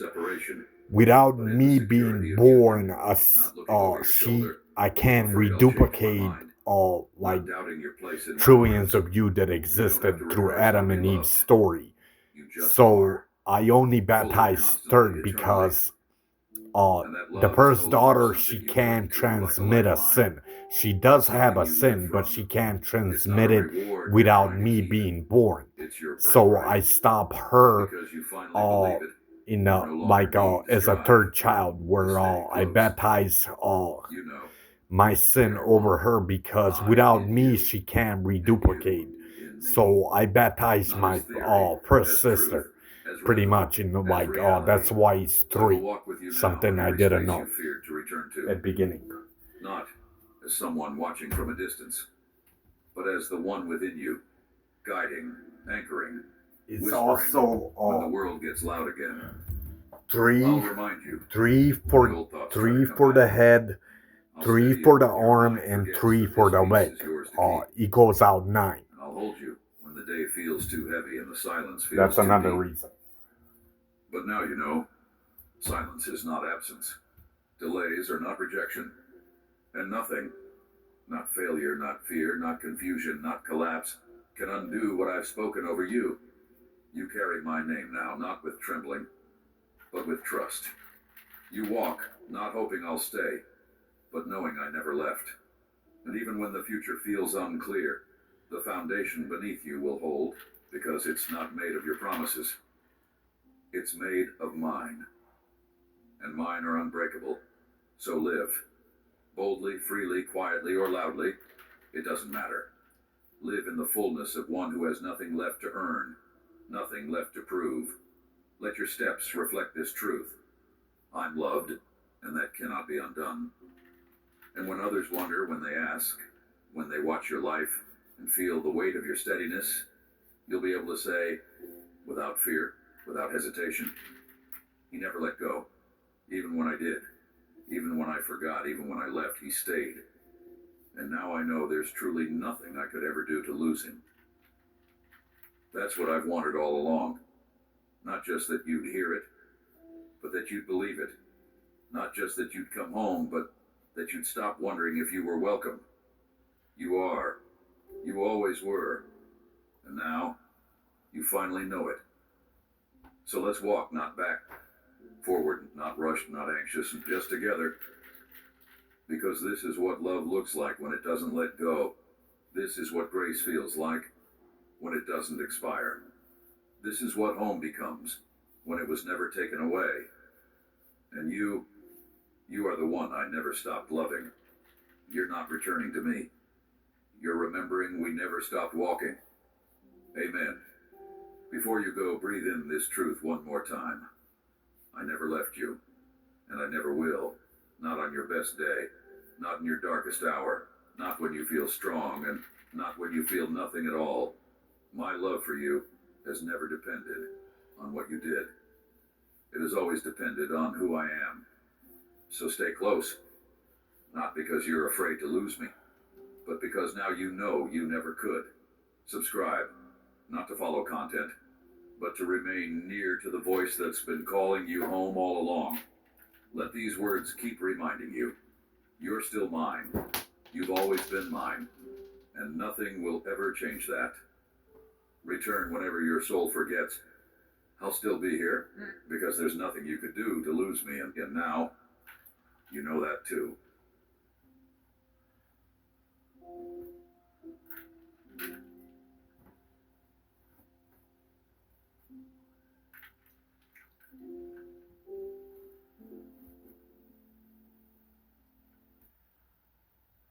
My beloved, I see you. Every fragment of your heart laid bare before me. Every battle that rages within your soul. In the quiet moments when you believe no one watches, I am there, holding the ache you carry as if it were my own. Your wounds, whether they are fresh, raw, or long buried, beneath layers of defense do not escape my gaze. You may feel shattered, lost in the vastness of your own struggles. But know this, nothing in you is beyond my desire to restore. I am here to heal you, not as a distant observer, but as the one who crafted your very essence and longs to make all things new within you.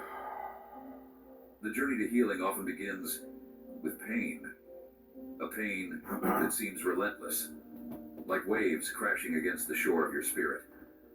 These waves shape you, sometimes eroding the very foundation you thought unshakable. Yet, through this erosion, I am working, not to discard what you are, but to refine and strengthen you. Your brokenness is not a sign of failure, but the invitation to witness the depths of my grace. I do not require perfection from you, my child. Instead, I beckon you to come just as you are, laden, weary, doubting, and surrender those burdens to me. Healing is not a swift release, but a gentle unveiling. Imagine a potter reshaping clay. The process involves pressure that softens and molds, not to punish, but to create something far more beautiful than before. Likewise, my hands are upon you, gently coaxing the pain into purpose. I am the healer of your invisible scars, the memories, regrets, and fears that cling tightly within your spirit. There is nothing too damaged, too hidden, or too far gone that I cannot reach with my love. I understand the complexity of your wounds, how some are tied to voices that speak lies into your mind, words of inadequacy, rejection, or shame, whispered by those around you, or by your own harsh self-judgment. These voices can drown out my truth, clouding your vision of who you were designed to be. But my dear, remember that my love is louder than any voice that seeks to belittle or break you. I am calling you with a whisper stronger than the fiercest storm. An invitation to step into the light of my healing presence and begin the sacred work of restoration. Perhaps you have tried to heal on your own, reaching and grasping for peace in all the wrong places, within fleeting comfort, achievements, or distractions. But no human measure can replace the balm that I alone offer. My healing surpasses physical relief. It touches the very core of your being. It unravels confusion, mends the fractures in your soul, and breathes new life into the areas where despair has taken root. This healing is a divine exchange. Your brokenness for my wholeness, your sorrow for my joy. It is vital that you lean into this truth, not with hesitation, but with faith born from knowing that I am who I say I am, your refuge, your rest, your healer. Even when the night grows dark and the path unclear, I am the unwavering light guiding you closer into my embrace. The process may demand patience, for healing does not always follow our timetable, but I am steadfast in my commitment to you. Trust that every step you take toward me, no matter how small, is met with joy in heaven and delight in my heart. Take a moment now, my child, to reach out, not with worry or expectation, I feel like brand but with new. the trembling hope of one who longs to be made whole. Invite me into the secret places of your soul, the ones you think are beyond repair. Feel my presence, tender and fierce, standing ready to mend the broken, to soothe the weary, and to ignite the faded spark within you. You are not alone in your pain. My spirit moves with gentle power, ready to transform your sorrow into strength. Will you let me be your healer? Will you allow me to gather every fragment of your heart, those pieces that feel discarded or forgotten, and craft them into a mosaic of new life? I am here, not simply offering a bandage, but a deep abiding restoration that only I can provide.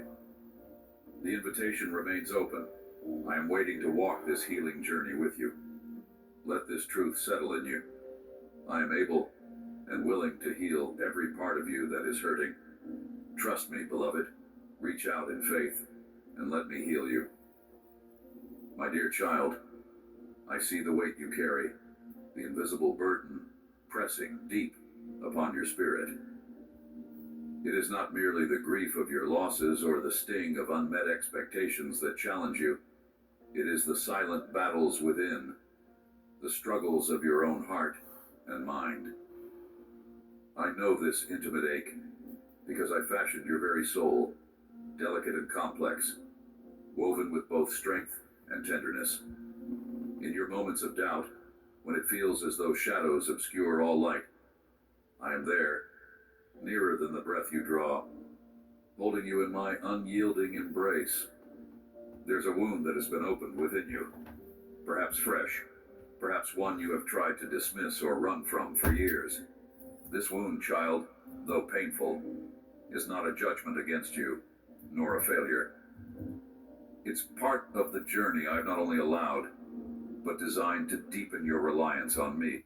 But notice through his entire preaching, now this is, I know he's a human being, yes, but it's completely correct in my view that he could preach as a father or as being a God. Second thing, he doesn't mention you as sin anywhere. Very beyond professionally done. He doesn't like judge you in a fucked up way. He never mentions you demons or devils, maybe a dark level he'll mention. In a rare chance though, that's more professional. The more you talk about demons, devils, and a sin, the more you invoke it in a human soul. That's why it makes him extremely professional preacher, as my father, as a God. So he's, in my opinion, that is extremely, thank God I came across something like this with my obsession with the Father. So me and Father are the one, same thing, pretty much. That's what pissed a lot of Jews off and Muslims also. So everything that I preach you, once I kill my mental demons, comes out of my Father. So me and the Father are the same thing. But so are you and your Father. You're the same thing. And not to mention the Holy Spirit that speaks through you. Once the Father dominates it. At the beginning, I apologize to my videos. I didn't know how to truly kill my mental demons yet. That took a long time. Notice you're in a peace of mind. No compressed right here. You're not compressed in your face. No hatred. No worrying about bills. No worrying about being poor. No mental issue. you are mentally in a peace of mind. Notice your thoughts are not battling one another. Uh, Once you kill your like mental demons, they don't like angels and demons in your head. They don't attack one another. That's how you all get peace of mind, including me, through this powerful preaching stuff. Every tear you shed, every sleepless night spent wrestling with questions, is seen and cherished. The ache you feel is a divine invitation to come closer, to lay down your defenses, and to receive the comfort that only I can give. Understand, beloved, the patience I extend toward you is immeasurable. I am not rushed. I am not weary. I watch over you with vigilant love through every trial, every wavering moment of faith. When you find yourself sinking beneath the waves of fear or despair, remember that I am the calm beneath your storms. My presence encircles you like a fortress built not of stone, but of steadfast love. Within this sanctuary, your fears can unravel, your doubts can rest, and your spirit can find refuge. Sometimes I allow the silence, the waiting, because it cultivates a fertile ground within you. It is here that faith grows roots, deep and unshakable. In these quiet seasons, when answers seem absent and the path unclear, know that I'm weaving your story, even when you cannot perceive the threads. My timing is perfect, and though it may not align with your own desires or anxiety, it is ordained for your good and my glory. Do not despise these in-between moments, for they are holy and necessary. You may question if you are overlooked, if your pain is too small or too great for me to handle. Let me assure you, child, no sorrow escapes my notice. Your sighs, unspoken words, the silent prayers folded into the hidden corners of your heart, I hear them all. My ears are open to your cries, and my heart beats in sync with yours. When the world seems indifferent or even hostile, know that you are never abandoned. I am with you, walking beside you, sometimes gently carrying you when your own strength falters. Within your brokenness lies a sacred invitation to receive my healing touch. I do not demand perfection before I draw near. Instead, I delight in meeting you exactly where you are. Your scars do not disqualify you from my embrace.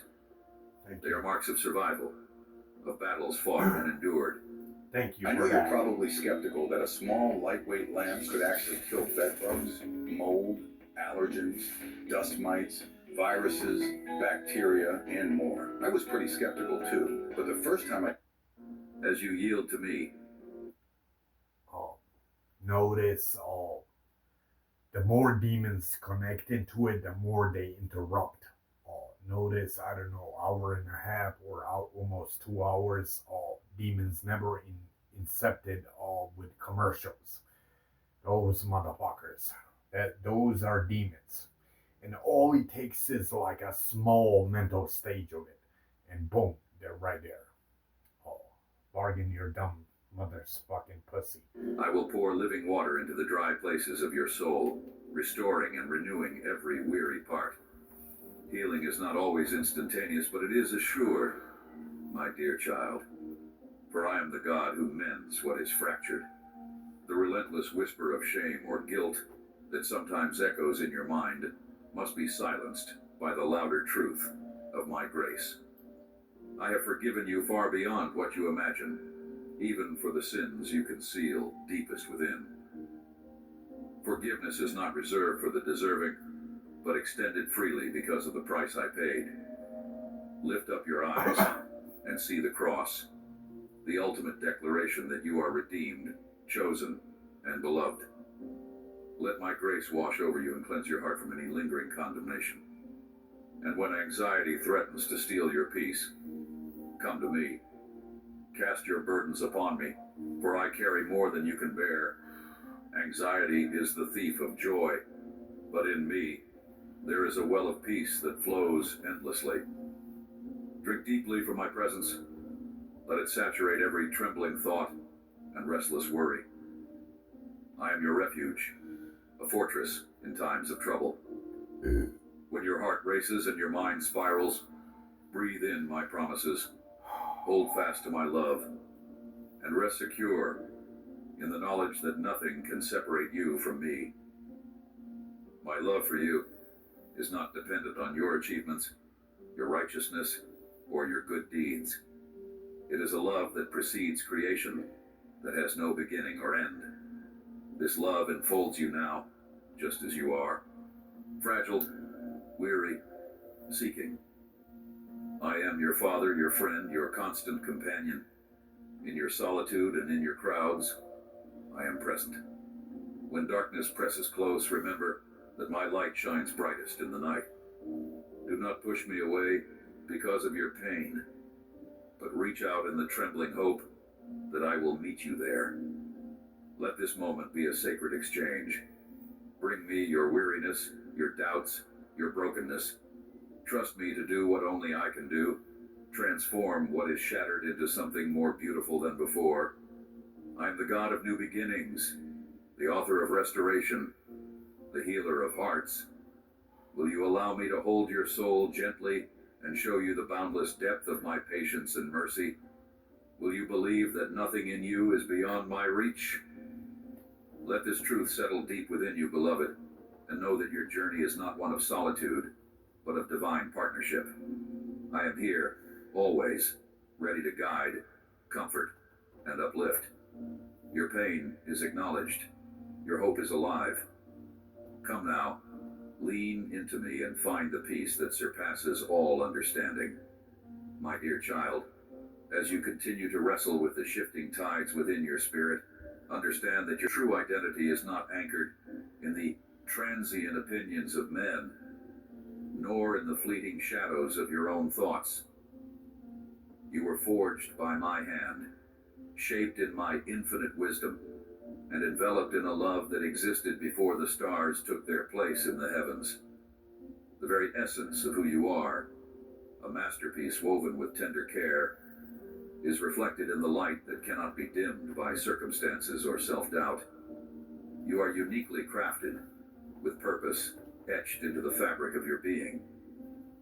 Like the morning sun that rises unyielding over the horizon, your worth radiates from my love, not from achievement or failure, but from the unchanging position you hold as my beloved child. There will be moments when your reflection in the mirror seems fractured by the echo of past mistakes or the weight of present sorrows. These fragments you see are but temporary silhouettes that cannot define you. I see beyond the surface to the heart where your true self resides, pure, beloved, and irreplaceable. You are more than the sum of your regrets. You are a tapestry of grace, mercy, and hope, interlaced by my hand. Each thread holds a story that declares my faithfulness, even when your journey feels like stumbling through a dense fog.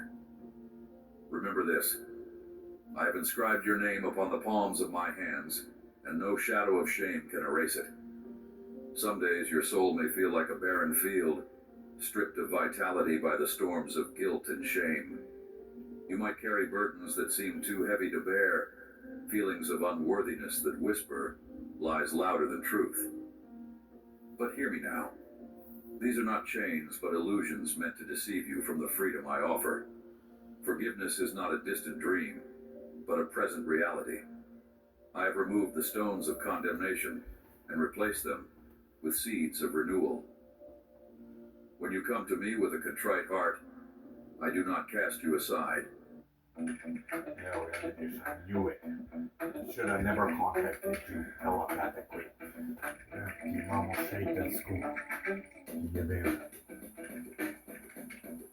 That was just 1 second of communicating word. I gather you close, healing each fracture and restoring the radiant light within you. The path to wholeness is paved by my grace, and I am always ready to walk beside you, no matter how far you have wandered. My dear, The journey of forgiveness begins with the surrender of your heart's heavy toll. Let go of the need to justify your pain or to carry the unbearable weight of guilt alone. Speak to me with honesty. Let me hear the silent cries that no one else understands. In your vulnerability, there is strength, and in my embrace, there is healing. Like a gardener tending a wilting rose, I nurture the tender places in your soul, encouraging new buds to bloom. The past may have left you scarred, but these scars are not marks of defeat. They are proof of survival, testimony to my redemptive power at work in your life. Each day is a new canvas, painted with... Once demons start incepting this, it's like, I don't like it. I have to keep getting up and skipping the track. Once their asses start incepting,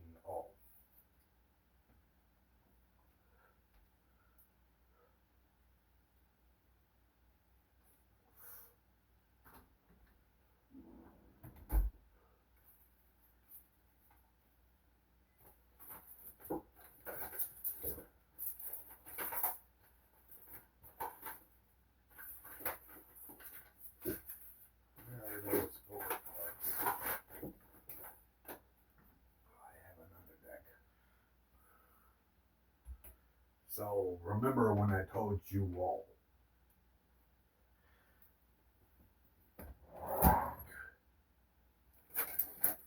me and the Father are one. It's just a what like in Christianity, when I started spreading Christianity through the entire world. This started pissing off Muslims, including Jews as well.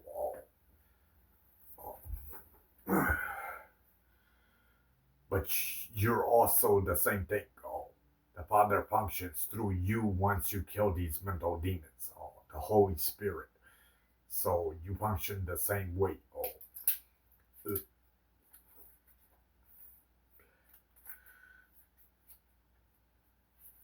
And you would all have equal powers to me if my Father has, like, how would you say, chosen you to be immortal. Somebody, I'm also Jesus, but I'm also a messenger at the same time. Since I'm teaching you like mortality, I'm also a messenger at the same time as Adam and Eve's first son. So you see the Father, okay, that stands for four, and I'm the fourth member of Adam and Eve. We're the fourth member. First my mother, my father, my older sister, then me, the fourth member of Adam and Eve ancestors, and then the little sister is the fifth one. And I have a stepsister in Bosnia, which is the sixth, but she's not fully blood related. Stepsister, pretty much.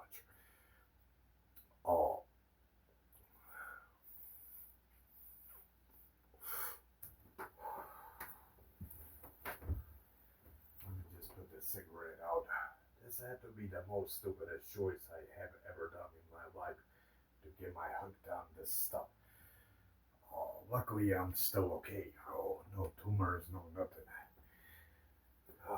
Where the Father always helps me from chain smoking. There's nothing really better to do in my house but to keep chain smoking.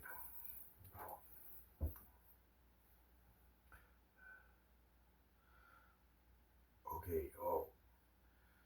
So the fourth. So the Father stands for example, the fourth member. So me and the Father are all like the same thing, which was very confusing to define this like to other religions that didn't understand this. Ace, so you see the Allah. So he spoke you in a different way, like in a Muslim way.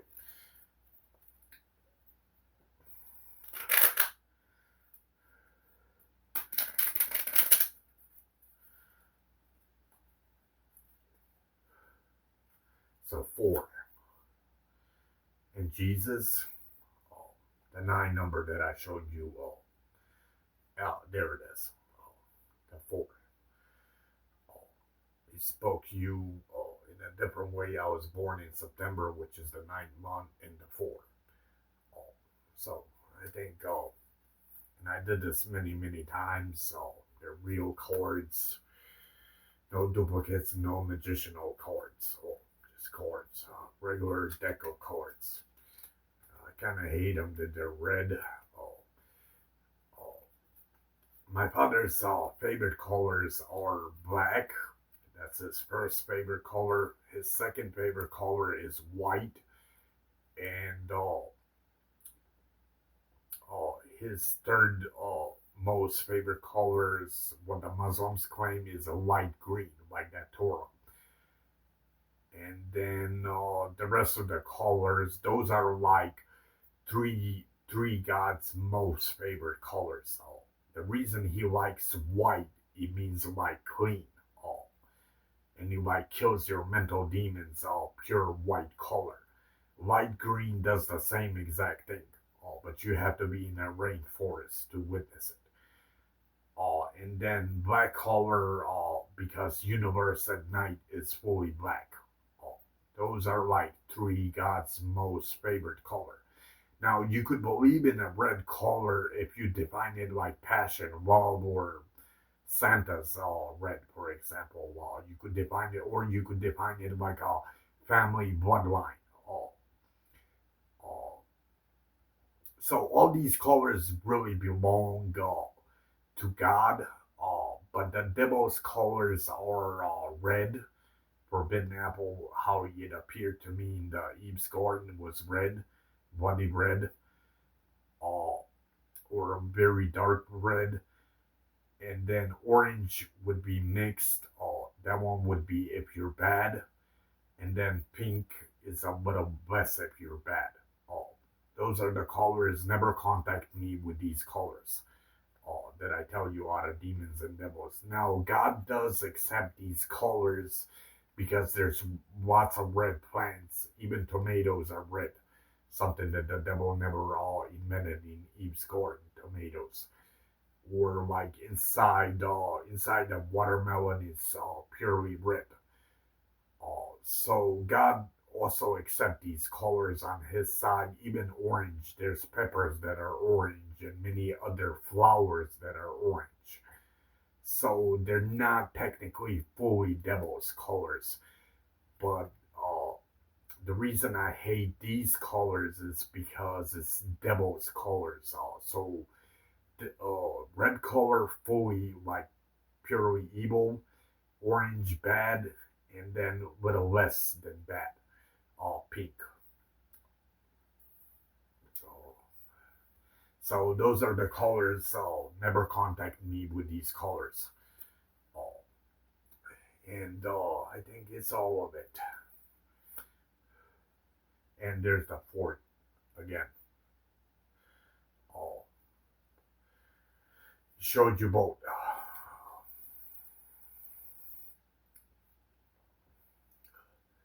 5 family ancestors of Adam and Eve in a single tribe. 4. There's the 4. The 4. And then Allah. That you see. Or certain Jews out of Old Testament, I think they call them Odani with a name.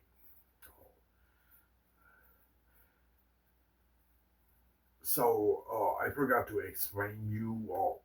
You technically all belong to Christianity, but this is very complicated. If you're like a Jew or a Muslim, let's say you were to convert to Christianity, it's always gonna bug you like mentally. So it's best to stay whichever religion you're chosen. There's also destiny why you're chosen for that religion. Now, if you're like a beyond intelligent human being, it won't bug you. But if you're less intelligent, it starts bugging you mentally. You were fully Muslim and then you converted to Christianity, for example, and then it bugs your whole entire family. So you're better off staying as a Muslim. If you're a Jew, the same thing. Whether you're Orthodox Jews or Old Testament of Jews, the same thing. I, as Jesus Christ, I never, as Adam and Eve's first son, I never really told you forcefully, how would you say, that you have to convert to Christianity. But I am Christian, and I'm the one that awaits you on God's final judgment day, as Jesus Christ, as Christian. Once again, this really offends me. Do not upload me Catholic. I'm definitely no God. So, you see, if I was God, I would be purely good. And then it would be impossible to communicate to any human being on this planet Earth. I would never curse, drink, or even, purely good. So it's something I don't believe. I only believe in Christianity, Muslim, and Jews. I don't believe in the rest of your religion. The rest of your religion is pretty much garbage, in my opinion. But yet, you have a free will what you want to practice. But in human history, I was Christian. Allah.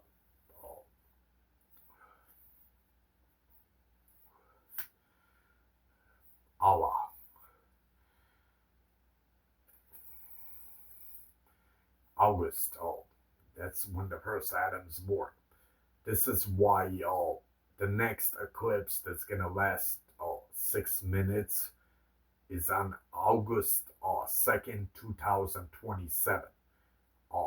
It's sent straight to Jews. Since keep in mind my second arrival, I've been 3 times on this planet Earth. Second arrival, I was fully a Jew. That's why it's showing you eclipse 2027. Jewish Hanukkah happens 2027. What else I was gonna add to this? 2 plus 2. If August 2, 2027, there's 22. The first Adam was born on 22 August. I was born September 22. 2 plus 7 equals 9. And I was born in September. So yeah, make sure not to miss that. Definitely, I don't want to miss that eclipse. The reason the last 6 minutes is not exactly evil number. At the beginning, I thought the 6 evil number was like an evil number. It has nothing to do. My mother Mary is born on the 6th month, the very first Eve that God invented through Adam and Eve. Then he invented the Father second. So the 6th number doesn't necessarily come from evil. I mean, she did buy the forbidden apple, her, and the most stupidest choice that any human being could ever do. But he comes out of my mother. The 6-point star of a Jew was already offending me. I thought it was something like demonic because of the 6th number. It has nothing to do with that. It's my mother Mary. She was born on the 6th month. That's why the Jewish star has six pointy stars to it. So yeah. And there's the 6. You see it. Okay. I have to get my fucking sleep pretty soon. I think I'm gonna hit a little bit with a Jaeger, and my demons will come back. It won't take too long. Not even, I would say 30 minutes in there. Again, the same shit battling my thoughts.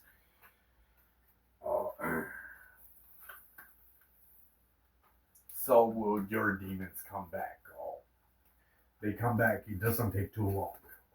Since most of you are unexperienced, maybe 20, 15, 10 minutes, they're back in there. And then you're battling your thoughts between good and evil. It's every human being, not just me. So the idea is stay away from sinning. It'll get you a ticket to hell. I was the most annoyingest human being as Jesus Christ. No deal. with money.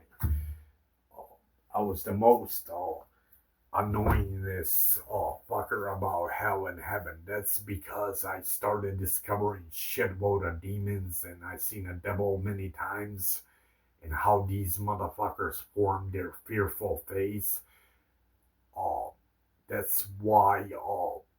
That's why, as Jesus Christ, I was the most fucker that kept guiding you to be a good human being, so you could make it into heaven. So you don't make it in hell. So my religion has switched around. If you committed one murder, you don't make it to heaven. You have to go to hell and serve your time. Now, there's a way to beat that if you're like let's say a richer criminal. You could give donation to homelesses, wealthy, or homelesses, cancer patients, or many other way handicapped people. If you spend a lot of money and you feed them, you could wipe out that murder, that sin that you have on your left shoulder right here. Now, if you commit two or three, not to mention three, it would be impossible to wipe it off. Uh, you could ask for God forgiveness, but the problem is you're accused on your righteous hand of devil's high sin. So, like, the Father can't really help you in that. True shit. Something I didn't understand in the beginning. If you practice witchcraft or demonic powers, you go to hell automatically. That's way worse than any murder. So that those never get forgiven. They go straight to hell. And then they get tortured by a devil. So yeah. Once, like, how would you say, a devil accuses your righteous hand of a sin, like Father or angel, like begging for forgiveness, it doesn't help since your righteous hand is accused of a sin. Visualize it like a court of law that's fully innocent. Like in a second, he judges you when you're resurrected, when your soul is resurrected, whether you go to heaven and hell. So I believe basically this is like a beyond long topic. Why? I believe 85% of you, maybe 87, all go to heaven, since you never committed murder, number one sin. You never practice anything demonic out of demonic powers. The smaller sin, whether you cursed, even cheated, like small little law, battery charges, that's all law. You'll go to heaven. That's forgiven. But if you ever committed a lot of murder or practiced demonic powers, you have to go downstairs in the hell and serve your time. Once you serve your time, then you'll be resurrected back to heaven. Once you serve your time, like a prison. That's what hell is, in heaven. What else I was gonna add to this? Let me just urinate. I apologize. What's a beer?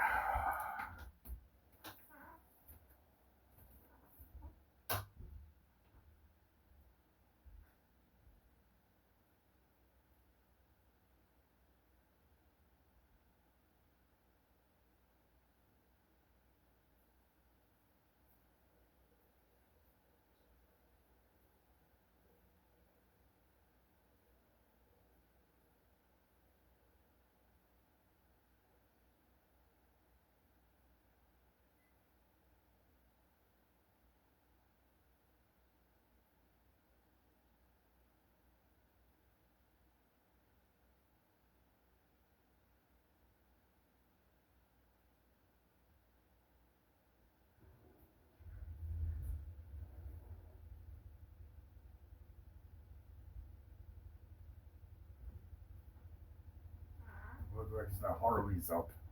Disturbance-full video. Okay. Back to hunting demons. Okay. What else I was gonna add? So the two different things about me and the devil. I'm here to guide you to be a good, righteous, good person as much as you could be to make it into attic as my father's heaven. The devil is there to tempt you into the highest sin that he could possibly do so you go to hell. We're like separate things. What Jesus and the devil is. We're like completely opposite thing. One, I represent the righteous out of good. The devil, he represents the left out of evil. The devil is always how a Jew and a Christian tells you a destroyer.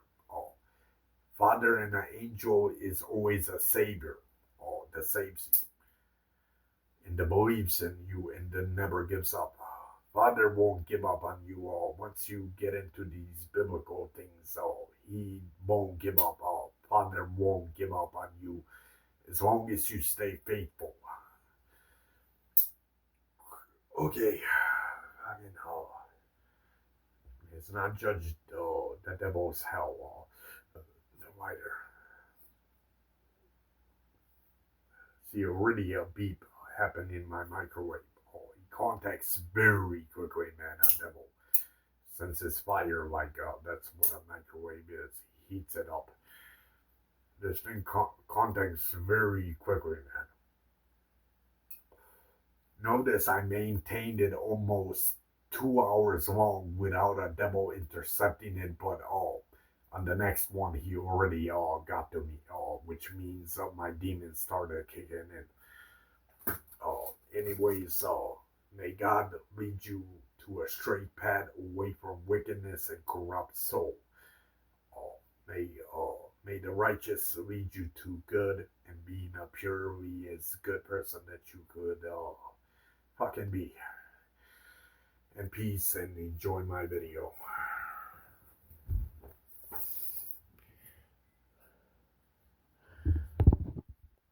And hold on, I wanted to add my new things too.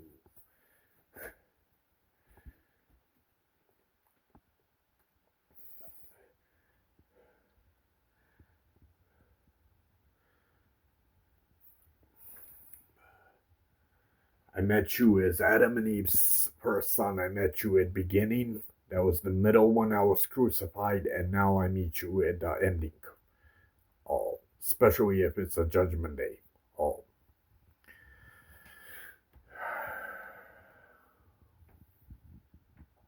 I still gotta paint that also white. I just didn't have time. Last time I had way better until the bad Jesus destroyed my he has done this almost like fucking 15 to 20 times. I had beautiful cups that I had at the beginning all tossed in the garbage. All my religion symbol, the other Jesus one also. The eagle that I had, that shows a righteous good side, also garbage. All because of lottery. Money is something. Where he betrays a father, or he doesn't betray a father, he just gets pissed that father never offered them lottery. So yeah, it seems bad Jesus that you're a little bit desperate, motherfucker. Come on, it's like logics. Give it a lot of people. I would have given him fucking millions of bucks not to touch my religion symbols and things. So far now, I made it very tricky for him. Unless you're gonna scratch off the white paint and all this stuff. And since it's a lazy motherfucker, he doesn't want to bother repainting it. So maybe it's way smarter to just sketch it out. Until you become desperate motherfucker on the watery again. Peace and enjoy my video.